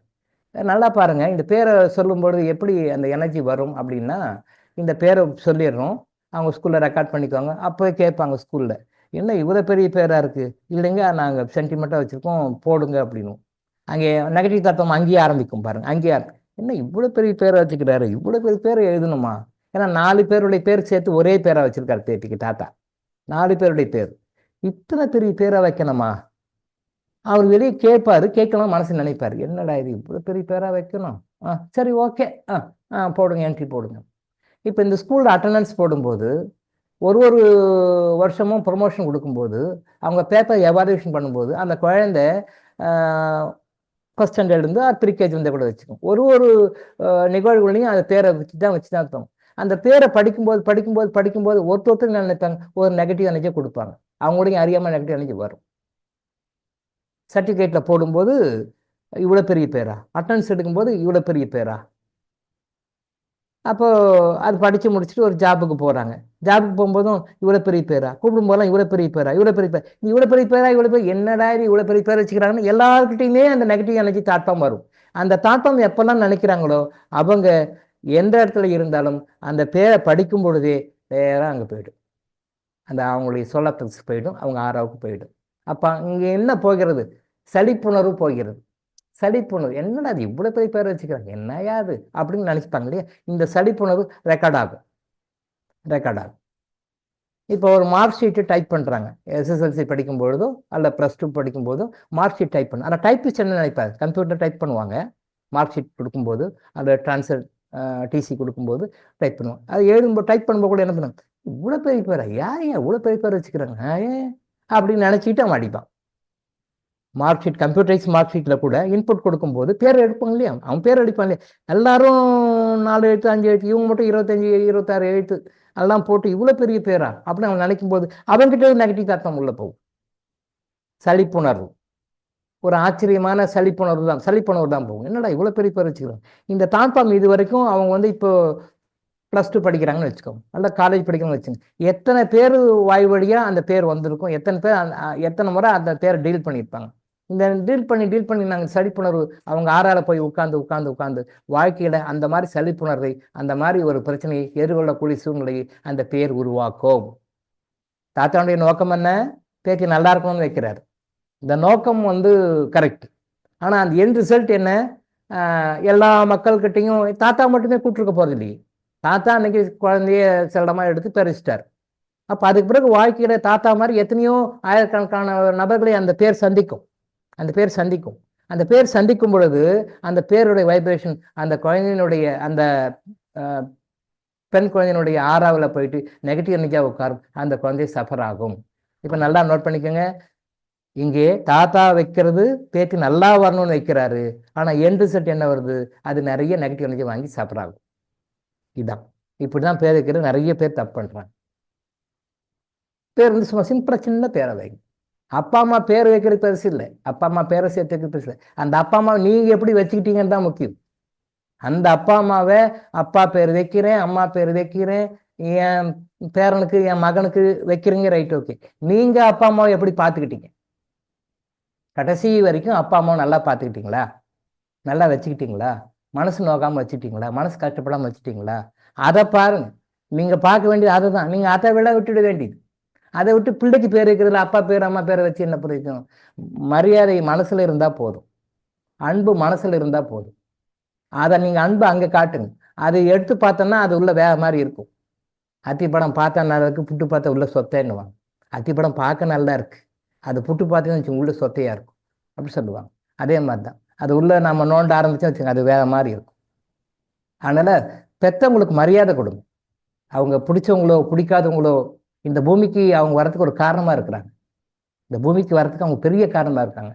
அவங்க மனசு நோக்கிற மாதிரி நடந்துக்காதுங்க. எந்த வயசா இருந்தாலுமே ஒரு குறிப்பிட்ட வயசுக்கு மேல அவங்க குழந்தைகளாக மாறி விடுவார்கள். அவங்களோட ஆக்டிவிட்டி உங்களுக்கு மனசு கஷ்டமா இருக்கும், அவங்க பேசுறது கஷ்டமா இருக்கும். பட் இருந்தாலும் அதை நீங்க அட்ஜஸ்ட் பண்ணிக்கோங்க, ஏற்றுக்கோங்க. அவங்ககிட்ட நீங்க அன்பா பாசமா பழகுங்க. ஒரு அன்பா 4 வார்த்தை பேசுங்க, அன்பா இருங்க, அன்பா காட்டிக்கோங்க. அன்பா இல்லைன்னா கூட நடிங்க, அட்லீஸ்ட் நடிங்க. அன்பா இருக்க மாதிரியாவது நடிங்க. கோபம் ஆத்திரம் வெறுப்பு இருந்தால் கூட காட்டிக்காதீங்க. நடிக்கிற தப்பு, பட் அப்படி கொடுக்க முடியலனா கூட அதை நடிங்க. அந்த பாசம் அன்பை அவங்ககிட்ட கொடுங்க. அந்த பிளஸ்ஸிங் நீங்கள் நினைக்கிறீங்களே, உங்கள் மகனுக்கு வைக்கிறேன், மகளுக்கு வைக்கிறேன், பேரனுக்கு வைக்கிறேன், பேட்டி வைக்கிறேன், ஒரு அன்பாக வைக்கிறீங்களே, நீங்கள் பேர் வைக்கினாலாம் அந்த பிள்ளைங்க நல்லா இருப்பாங்கன்னு சொல்ல முடியாது. எந்த ஒரு வகையில் போனாலும் அவங்களுடைய கர்மா தான். என்ன பேர் வச்சாலும் அவங்களுடைய கர்மா தான் வேலை செய்யும். பட் அந்த கர்மா ஆக்டிவேட், பாசிட்டிவ் கர்மா ஆக்டிவேட் ஆகிற மாதிரி நீங்கள் இவங்க மனசை நல்லா வச்சுக்கிங்கன்னா அந்த குழந்தைகள் நல்லா இருப்பாங்க. நீங்கள் இவங்கள கண்டுக்காம விட்டுட்டு இவங்கள முதியோர் போய் சேர்த்துட்டு இவங்களுக்கு கடைசி காலத்தில் ஒரு கையில் காசு கொடுக்கல, அவங்கள பார்க்கல, அவங்கக்கிட்ட மூஞ்சை காட்டுறீங்க, அவங்ககிட்ட டென்ஷன் ஆகுறீங்க, எமோஷன் ஆகுறீங்க, கோபமாக பேசுகிறீங்க, அவங்க மனசுக்கு ரொம்ப நடந்துக்கிறீங்க அப்படின்னு சொல்லிட்டு நீங்கள் எந்த மாதிரி பிள்ளைகளுக்கு பேர் வச்சாலும் ஒன்றும் ஒர்க் அவுட் ஆகாது. வேஸ்ட்டு தான். தெரியல. அப்பா அம்மா பேரை வைக்கிறாங்க. இப்போ அப்போனா அப்பா பேர் வைப்பாங்க. அப்பா பேரை தான் வைப்பாங்க. நான் படித்தேன் இருக்கிற காலத்தில் அப்பா பேர் தான் இனிஷியலாக வரும்.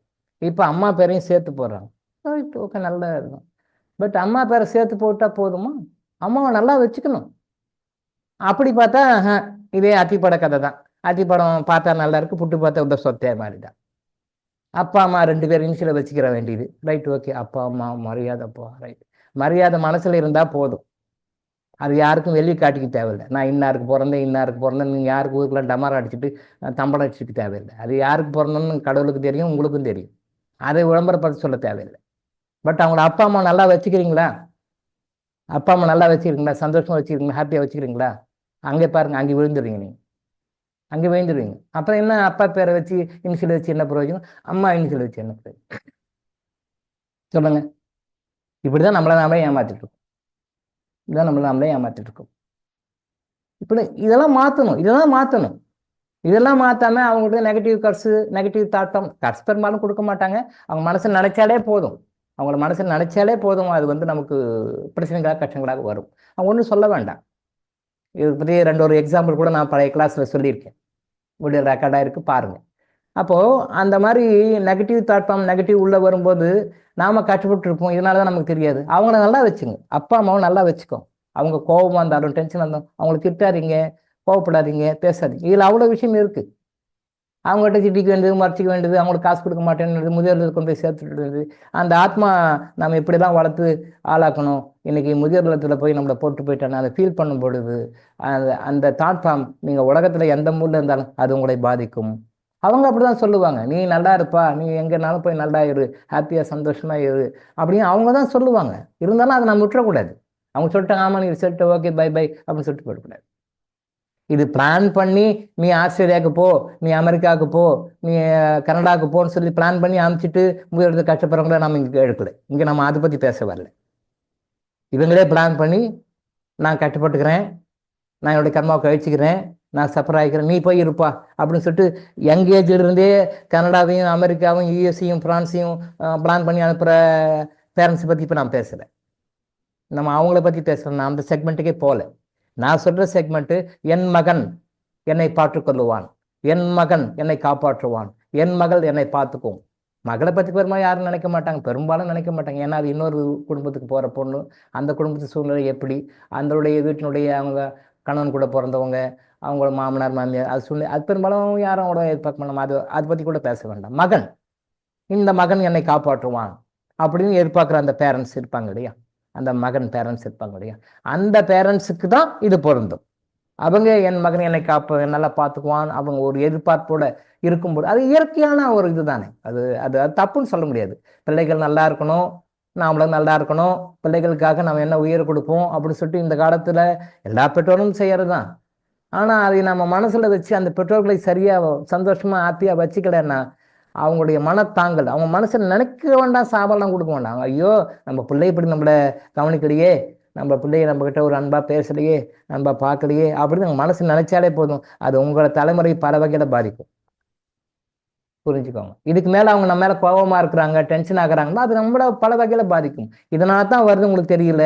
நீங்கள் கோயிலுக்கு வேற சுற்றுவீங்க, சர்ச்சை சுற்றுவீங்க, மாஸ்டர் சுற்றுவீங்க, அந்தந்த வழிபாட்டுத்தலமாக பூட்டு பிறண்டு எழுவீங்க, சுரட பரிகாரம்லாம் செய்வீங்க, ஜோசியராக பார்ப்பீங்க, பரிகாரம் ஒன்றும் ஒர்க் அவுட் ஆகாது, ஒன்றும் ஆகாது, நத்திங். காரணம் என்னன்னு தெரியல. இது எந்த ஜோசியரும் சொல்ல மாட்டார், இப்படிதான் போயிட்டு இருக்கு. பேர் வைக்கிறது, கணவன் பேர் வைக்கிறது. இப்போ கணவன் பேரை சில பேர் வச்சுக்கிறாங்க, சில பேர் அவங்களுடைய அப்பா பேரை வச்சுக்கிறாங்க.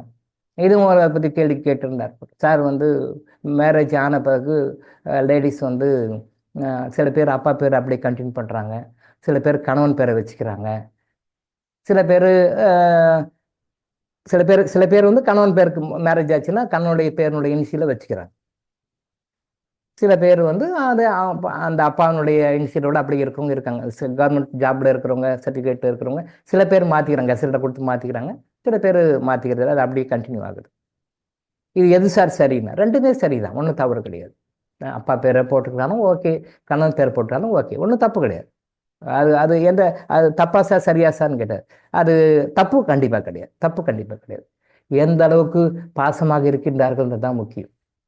எந்த அளவுக்கு பாசமாக இருக்கின்றார்கள் தான் முக்கியம். எந்த அளவுக்கு அன்பாக இருக்கிறார்கள் தான் முக்கியம்.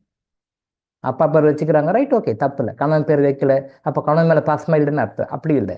அப்பாவுக்கு அந்த மரியாதை கொடுக்குறாங்களா, அப்பாவை வந்து நல்ல மரியாதையை வச்சுக்கிறாங்களா, அப்பாவை நல்லா பார்த்துக்கிறாங்களா, ஒரு மகளாக அப்பாவுக்கு என்ன செய்யணுமோ அந்த கடமையை செய்கிறாங்களா, பார்த்துக்கிறாங்களா, அதான் பார்க்குறேன். இல்லை கணவன் பேர் வச்சுக்கிறாங்க, தப்பு இல்லை. கணவன் அந்த கணவனோட இன்சில வச்சுக்கிறாங்க, கணவனோட இன்சில வச்சுக்கிற பெருசு இல்லை. அந்த கணவனை இவங்க நல்லா வச்சுக்கிறாங்களா, அந்த கணவனை இவங்க மதிக்கிறாங்களா, கணவனை சந்தோஷமா வச்சுக்கிறாங்களா, கணவனுக்காக டெடிகேட் பண்ணுறாங்களா, அப்படி தான் முக்கியம். சும்மா பெருமைக்கு அவர் இனிஷியல பேரை வச்சுக்கினா அது பிரயோஜனம் இல்லை. அந்த கணவன் வந்து அந்த கணவனையும் நல்லா வச்சுருக்க, அவர் எந்த தவறு செஞ்சாலும் குறைகள் செஞ்சாலும் அதை மன்னிச்சு மறந்து அவரோட ஒரு நல்ல அண்டர்ஸ்டாண்டிங் வச்சு அவர் நல்லா இருக்கணுன்றதுக்காக அது கணவன் மனைவி உறவை பற்றி நிறைய சப்ஜெக்ட் நம்ம பேசுவோம், இனி வருங்காலங்களே பேசுவோம். இறைவன் நினைவிட்டால் அதை பற்றி நம்ம நிறைய பேசுவோம். அது கணவன் மனைவி உணவு சாதாரணமான உறவு கிடையாது. அதை பற்றி அந்த கணவன் மனைவி உறவை பற்றி பேசினாலே கிட்டத்தட்ட ஒரு 2 months கிளாஸ் எடுக்கலாம், அவ்வளோ சப்ஜெக்ட் இருக்குது. சொல்லுவோம், சொல்லிக் கொடுப்போம். எப்படின்றது தெரியல, ஏதோ வராங்க, பொண்ணு மாப்பிள்ளை பார்க்குறாங்க, கல்யாணம் பண்ணுறாங்க, ரைட், கடை முடிச்சுன்னு போயிடுறாங்க. அப்படி இல்லை, அது மிக மிக புனிதமான உறவு. அந்த உறவை எப்படி மெயின் பண்ணணும் சொல்லிக் கொடுக்குறோம். ஸோ அந்த கணவன் மறைவு வந்து புனிதமான உறவு. அப்போ கணவன் பேரை வச்சுக்கிறது, இனிஷியலை வச்சுக்கிறது பெருசு இல்லை. அந்த கணவனை மதிக்கிறீங்களா, அவரை நல்லா கவனிச்சுக்கிறீங்களா, அவர் அன்பாக பார்த்துக்கிறீங்களா? அதாவது நீங்கள் எங்கேயோ ஒரு இடத்துல பிறந்து வந்திருக்கிறீங்க, அவர் எங்கேயோ ஒரு இடத்துல பிறந்து வந்திருக்கிறாரு. 2 பேர் சேர்ந்து வாழும்போது முன்ன பின்ன ஏதாவது இருக்கத்தான் செய்யும். ரெட்டை மாட்டு வண்டி மாதிரி ஒரு மாடு முன்ன பின்ன ஈட்டாலும் இன்னொரு மாடு அட்ஜஸ்ட் பண்ணி தான் போகணும். இந்த மாடு முன்ன பின்ன ஈட்டாலும் அந்த மாடு முன்ன பின்ன தான் போடணும். ஒற்றை மாட்டு வண்டினா பரவாயில்ல, அது போயிடும், ஒரே மாடு தான். ஆனால் சாஸ்திரப்படி ஒற்றை மாட்டு வண்டி இருக்கக்கூடாது. சாஸ்திரங்கள் தெளிவாக சொல்லுது, ஒற்றை மாட்டு வண்டி வந்து நம்ம யூஸ் பண்ணக்கூடாது. எப்போ யூஸ் பண்ணால் ரெட்டை மாட்டு வண்டி தான் யூஸ் பண்ணணும் அப்படின்னு சொல்லி சாஸ்திரம் உங்களுக்கு தெளிவாக சொல்லுது. அது கிளேர் வாயின்ஸ் எனக்கு கற்றுக் கொடுத்த பிறகு அந்த கிளேர் வாயின்ஸில் பார்த்தா ஏன் ஒற்றை மாட்டு வண்டி கூடாது, ஏன் ரெட்டை மாட்டு வண்டி தான் யூஸ் பண்ணணும்னு சொன்னாங்கன்னு பார்த்தா அவ்வளோ உள்ள காரணங்கள் இருக்குது, நிறைய காரணங்கள் இருக்குது. வாய்ப்பு கிடைத்தா பின்னாடி பேசுவோம். ஸோ ஒற்றை மாட்டு வண்டி யூஸ் பண்ணக்கூடாதுன்னு சாஸ்திரம் சொல்லுது, அதுக்கு ஒரு காரணம் இருக்குது. ரெட்டை மாட்டு வண்டி தான் யூஸ் பண்ணணும், எப்பயுமே ரெட்டை மாட்டு வண்டி தான் போகணும். அப்போ ரெட்டை மாட்டு வண்டின்னு சொல்லும்போது ஒரு கணவன் மனைவி 2 பேரும் ரெட்டை மாடு தான். அந்த வண்டியை இழுத்துட்டு போகணும். அந்த சம்சாரம் குடும்பம் அப்படின்ற வண்டி அந்த கணவன் மனைவி 2 பேரும் சேர்ந்து தான் இழுத்துட்டு போகணும். 2மே சேர்ந்து தான் இழுத்துட்டு போகணும். இல்லை ஒரு மாடு நான் வேகமாக போகிறேன் அப்படின்னு போனால் இன்னொரு மாடு கோஆப்ரேட் பண்ணணும். இல்லை இந்த மாடு நான் ஸ்லோவாக தான் போகிறேன், இதே ஸ்பீடில் போனாலும் இன்னொரு மாடு வேகமாக போகிறேன்னு. அப்போ 2மே ஈக்குவலாக 2மே டேலி ஆகி 2 பேருமே விட்டு கொடுத்து அட்ஜஸ்ட் பண்ணி போனால் தான் அந்த வண்டி கரெக்டாக ஊர் போய் சேரும். எங்கே போய் சேரணுமோ டெஸ்டினேஷனை போய் சேரும். இல்லை நான் போவேன் நீ போவேன், நான் லேட்டு நீ முன்னாடி போகிறேன் நான் அப்படின்னு 2 பேரும் இருந்தாங்கன்னா அது அந்த வண்டிக்காரர் ஊர் போய் சேர முடியாது. அந்த வண்டியும் ஊர் போய் சேராது, டைமுக்கு போய் சேராது, ஒழுங்காக போய் சேராது. அது 2 மாடு சேர்த்துங்க. அந்த திருமண வாழ்க்கையில் 2 மாட்டு வண்டி தான், அதை கரெக்ட் பண்ணி பேலன்ஸ் பண்ணி கொண்டு போகணும். அப்போ பேர்களை இனிஷியல் வச்சுக்க பிரயோஜனம் இல்லை, அவங்களை விட்டு கொடுத்து எப்படி அட்ஜஸ்ட் பண்ணி வாழ்கிறோன்றது தான் முக்கியம். ஸோ கணவன் பேரை வச்சுக்கிட்டாலும் சரி, அப்பா பேரை வச்சுக்கிட்டாலும் சரி, 2மே சரிதான், தவறு இல்லை. ஸோ அந்த பேரில் வந்து இவ்வளோ விஷயங்கள் இருக்குது, நிறைய விஷயங்கள் இருக்குது பேரில். அதை பற்றி பேசணும், நிறைய பேசலாம். ஆனால் நிறைய கொஸ்டின் போட்டிருக்காரு. பட் இதை தெளிவு கொடுக்கணும், நாம் கண்டிப்பாக அந்த தெளிவு கொடுக்கணும். ஸோ இந்த மாதிரி பேர் இருக்கிறதுல வந்து இந்த மாதிரிலாம் பிரச்சனைகள் இருக்குது, பின்னாடிலாம் கஷ்டப்படுவோம் அப்படின்ற காரணத்துக்காக தான் அந்த காலத்தில் பெரியவங்க நாமகரணம்னு சொல்லி அந்த ஒரு நாளை குறிப்பிட்ட நாள், குறிப்பிட்ட திதி, குறிப்பிட்ட நட்சத்திரத்தில் அந்த நாமகரணம் சொல்லி பேர் வைக்க சொன்னாங்க. அப்போ அந்த மாதிரி பேர் வைக்கும் பொழுது இந்த மாதிரி நெகட்டிவான விஷயங்கள்லாம் இருக்கு இல்லையா, இப்போ நான் சொன்னேன் இல்லையா, இந்த மாதிரி விஷயங்கள் நிறைய விஷயங்கள் இருக்கு இல்லையா, இது மாதிரி சொல்லாத, இன்னும் நாம் வந்து பேசாத, நிறைய விஷயங்கள் இருக்குது. அந்த விஷயங்கள் இருக்கிற நெகட்டிவ் எல்லாம் வராத மாதிரி அந்த நாமகரண தன்னைக்கு நீங்கள் செய்கின்ற தர்மம் பண்ணிட்டு, இந்த நாமகரணத்து அன்னைக்கு நீங்கள் செய்கின்ற தர்மம், குழந்தைக்கு பேர் வச்சு தொட்டில் போடுறோம் இல்லையா, அல்ல தொட்டில் போட்டு பேர் வைப்போம் இல்லையா, அந்த நாளுக்கு நீங்கள் செய்கின்ற தர்மம், இந்த மாதிரி பேர் வைத்தல் இருக்கிற நெகட்டிவ்ஸ் எல்லாம் இருக்கும் இல்லையா, இந்த நெகட்டிவ்ஸ் எல்லாம் அது வந்து கவுண்ட் டவுன் பண்ணி அதை நார்மலைஸ் பண்ணி விடும், அதை பேலன்ஸ் பண்ணி கிளியர் பண்ணி விடும். அதுக்காகத்தான் அந்த நாளில் தர்மம் செய்யணும்னு சொல்லிட்டு, சும்மா தொட்டில் குழந்தைய போட்டு சொந்தக்காரங்களாம் கூப்பிட்டு சாப்பாடு போட்டு ஸ்வீட் கொடுத்து ஹானர் பண்ணி அனுப்புறது கிடையாது. இதுக்கு பின்னாடி இது இருக்குது. ஸோ அன்னைக்கு வந்து நாம் செய்கின்ற தர்மம் இந்த மாதிரி பேர் வைக்கிறதுனால வருகின்ற பாசிட்டிவிட்டியை அதிகப்படுத்தும். அந்த பாசிட்டிவிட்டியை அதிகப்படுத்தும். நெகட்டிவிட்டி நமக்கும் தெரியாமல் இருக்கும், அந்த நெகட்டிவிட்டியை குறைக்கும். அந்த நெகட்டிவிட்டியை குறைச்சி பாசிட்டிவிட்டி அதிகம் பண்ணும்பொழுது அந்த பேரின் மூலமாக நம் பல மூலமாக அடைக்கப்படுகின்றோம் இல்லையா, அந்த குட்கர் நமக்கு சேரும். வாழ்க்கையில் நாம் என்றும் நிம்மதியாகவும் சந்தோஷமாகவும் ஆனந்தமாகவும் வாழ்வோம். இறைவனுடைய ஒரு விஷயமுமே வந்து ஒரு தனி மனிதனும் மகிழ்ச்சியாக சந்தோஷமாக ஆனந்தமாக வாழ்ந்து வீடு பேரை அடைந்து அந்த பேருந்து வரணுன்றதான் நோக்கமே. ஆனால் அதுக்காக தான் நமக்கு கைட் பண்ணுறாரு, வழி கொடுக்குறாரு, வழி காட்டுறாரு, எல்லாமே சொல்கிறாரு. But due to our negligence, நம்முடைய அசுரத்தை காரணமாக, due to our purely our negligence, நம்முடைய அஜாக்கிரதை, என்ன பெருசாக சொல்லிட்டீங்க பார்த்துக்கலாம் அப்படின்னு சொல்லிட்டு அந்த அஜாக்கிரதையினால தான், அறியாமையினால தான் நம்ம காட்டுப்பட்டுருக்கோம். ஸோ பேர் வைக்கிறதுல இவ்வளோ விஷயம் இருக்குது. பேருக்கும் நம்முடைய வாழ்க்கையில் சந்தோஷம் இருக்கும், நிம்மதிக்கும் ஆனந்தத்துக்கும் நிறைய ரிலேஷன்ஷிப் இருக்குது. ஸோ அப்போ ஏழாம் பேர் வச்சுட்டோம் சார், இதுக்கு என்ன சார் பண்ணுறது, வச்சுட்டோம், இப்போ என்ன பண்ணுறது, வச்சுட்டோம், தெரியாமல் வச்சோம், எல்லாம் தெரியல, இப்போ தான் நீங்கள் சொல்கிறீங்க, இவ்வளோ விஷயம் இருக்குது. ஸோ அதுக்கு சில மெஷர்ஸ் இருக்குது. அந்த இறைக்கற்றைகளை ஃபாலோ பண்ணி அந்த இறைக்கற்றையில் சொல்கிற விஷயங்களை அப்ளை பண்ணி சில விஷயங்கள்லாம் பண்ணோம்னா அந்த நெகட்டிவிட்டி பாசிட்டிவாக மாறும். நம்ம என்றைக்கும் எப்பொழுதும் சந்தோஷமாக ஆனந்தமாக வாழ்வோம், சந்தோஷமாக வாழ்வோம், மகிழ்ச்சியாக வாழ்வோம், ஆனந்தமாக வாழ்வோம். இறைவனுடைய நோக்கமே நம்ம சந்தோஷமாக வாழ்ந்து பேரின்பத்தை வந்து அடையணுன்றது தான், லைட்டை வந்து அடையணுன்றது தான். ஸோ அதை திரும்பவும் ஒரு தடவை மனசில் வச்சுக்கோங்க. எல்லாருக்கும் பொங்கல் திருநாள் வாழ்த்துக்கள். நன்றியோட நம்மை படைத்த இறைவனுக்கும் நமக்கு நல்வழி காட்டுகின்ற சித்தர் பெருமக்களுக்கும் நம்ம மனதார நன்றி கூறி, இந்த பிரபஞ்சத்தை, இந்த பூமியை உருவாக்கி, பஞ்சபூதங்களை உருவாக்கி நம்மளை எல்லாம் ஒரு நல்ல உயர்ந்த நிலைக்கு கொண்டு போய் பேரன்பத்தில் வைக்கணுன்றது தான் அவருடைய மோட்டிவ். அந்த மோட்டிவ்காக தான் இறைவன் இப்படி கொண்டு வர்றார். அதை நம்ம பண்டிகைகளாக கொண்டாடுறோம். அந்த பண்டிகையினுடைய முக்கியத்துவத்தை, பண்டிகை பின்னாடி என்னென்ன விஷயங்கள் இருக்குன்ற தெரிந்து கொண்டு இந்த இறைவனுக்கும் சித்தர் பெருமக்களுக்கும் நாம் வாழ்கின்ற இந்த பூமிக்கும், இந்த பூமியை உருவாக்க காரணமாக இருக்கின்ற சூரிய பகவானுக்கும் நாம் நன்றியையும் வணக்கத்தையும் சொல்லி அவங்ககிட்ட நம்ம ஆசீர்வாதம் வாங்கிக்குவோம்.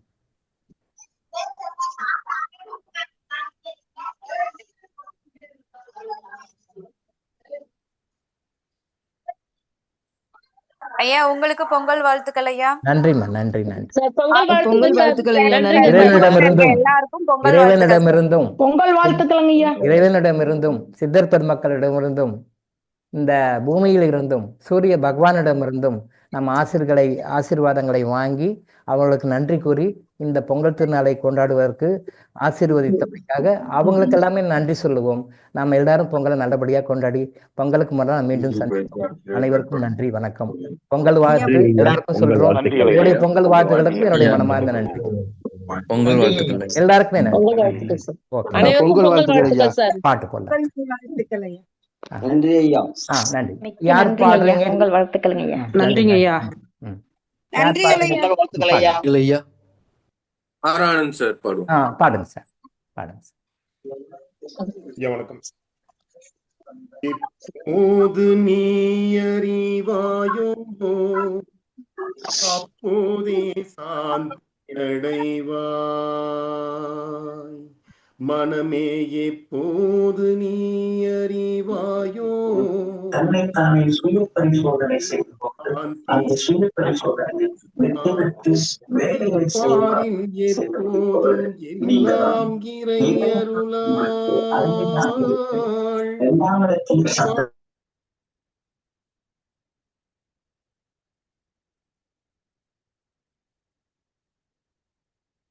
அவரும் சேர்ந்து மியூட் ஆயிடுச்சு. ஓப்பன் பண்ணி விடும். அப்படியே பண்ணிவிட்டோம். ம் ம்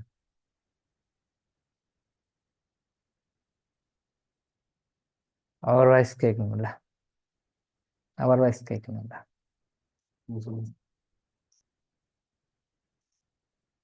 இல்லை, அவருடைய வாய்ஸ் வேணுங்களா? ம் அன்மியூட் பண்ணிடுங்க. நீங்கள் தான் யாரை கான்டாக்ட் பண்ணி சொல்லுங்கள் சார். ஜெகதீஷ் சார் கொண்டு பண்ணி சொல்லுங்க. நான் பேசக்கூடாது சார். முற்போது தர்மம் என்றும் தற்போது அதர்மம் என்றும். ஹலோ சார், பாடும்போது மத்தவங்க எல்லாருமே மியூட் பண்ணிக்கோங்க. குரூப்ல இருக்கிறவங்க எல்லாருக்கும் அது வேண்டுகோள். எல்லாரும் மியூட் பண்ணிக்கோங்க. ஆர் ஆனந்த் சார் மட்டும் அவங்க ஓபன் பண்ணட்டும், மத்தவங்க எல்லாம் மியூட் பண்ணிக்கோங்க. நன்றி சார், நன்றி. முற்போதும் தர்மம் என்றும் தற்போது அதர்மம் என்றும் முயன்றே சீர்திடித்திட முடியும் முன்னாளே என்று அற்ப அகந்தை செருக்கால் அழையாமலே அடங்கி, அற்ப அகந்தை செருக்கால் அடையாமலே அடங்கி ஆண்டவன் ஆட்சியில் அதர்மமே இல்லை என்று எப்போது நீ அறிவாயோ அப்போதே சாந்தி அடைவாய்.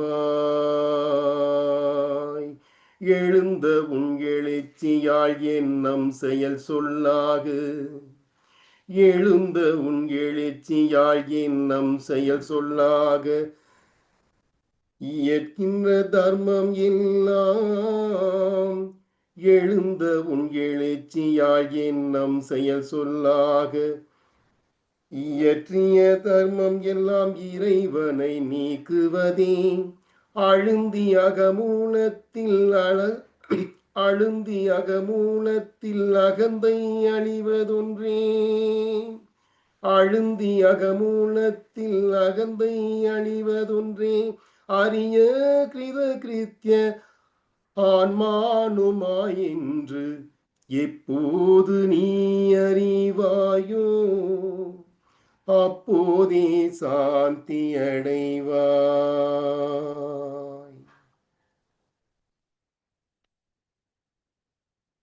கருவாக்கி உருவாக்கி இணையாண்டு காத்தருளும் இறைவா நன்றி.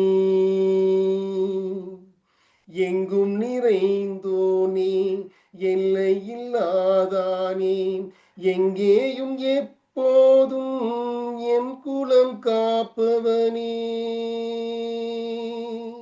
நெஞ்சம் துணிய துணையாய் வருவாய், நேர்மறை உணர்வுகள் அறிந்திடச் செய்வாய். உடலில் உயிரி பெரிதாய் தருவாய், உனை உணரும் அறிவை என்னுள் அருள்வாய்.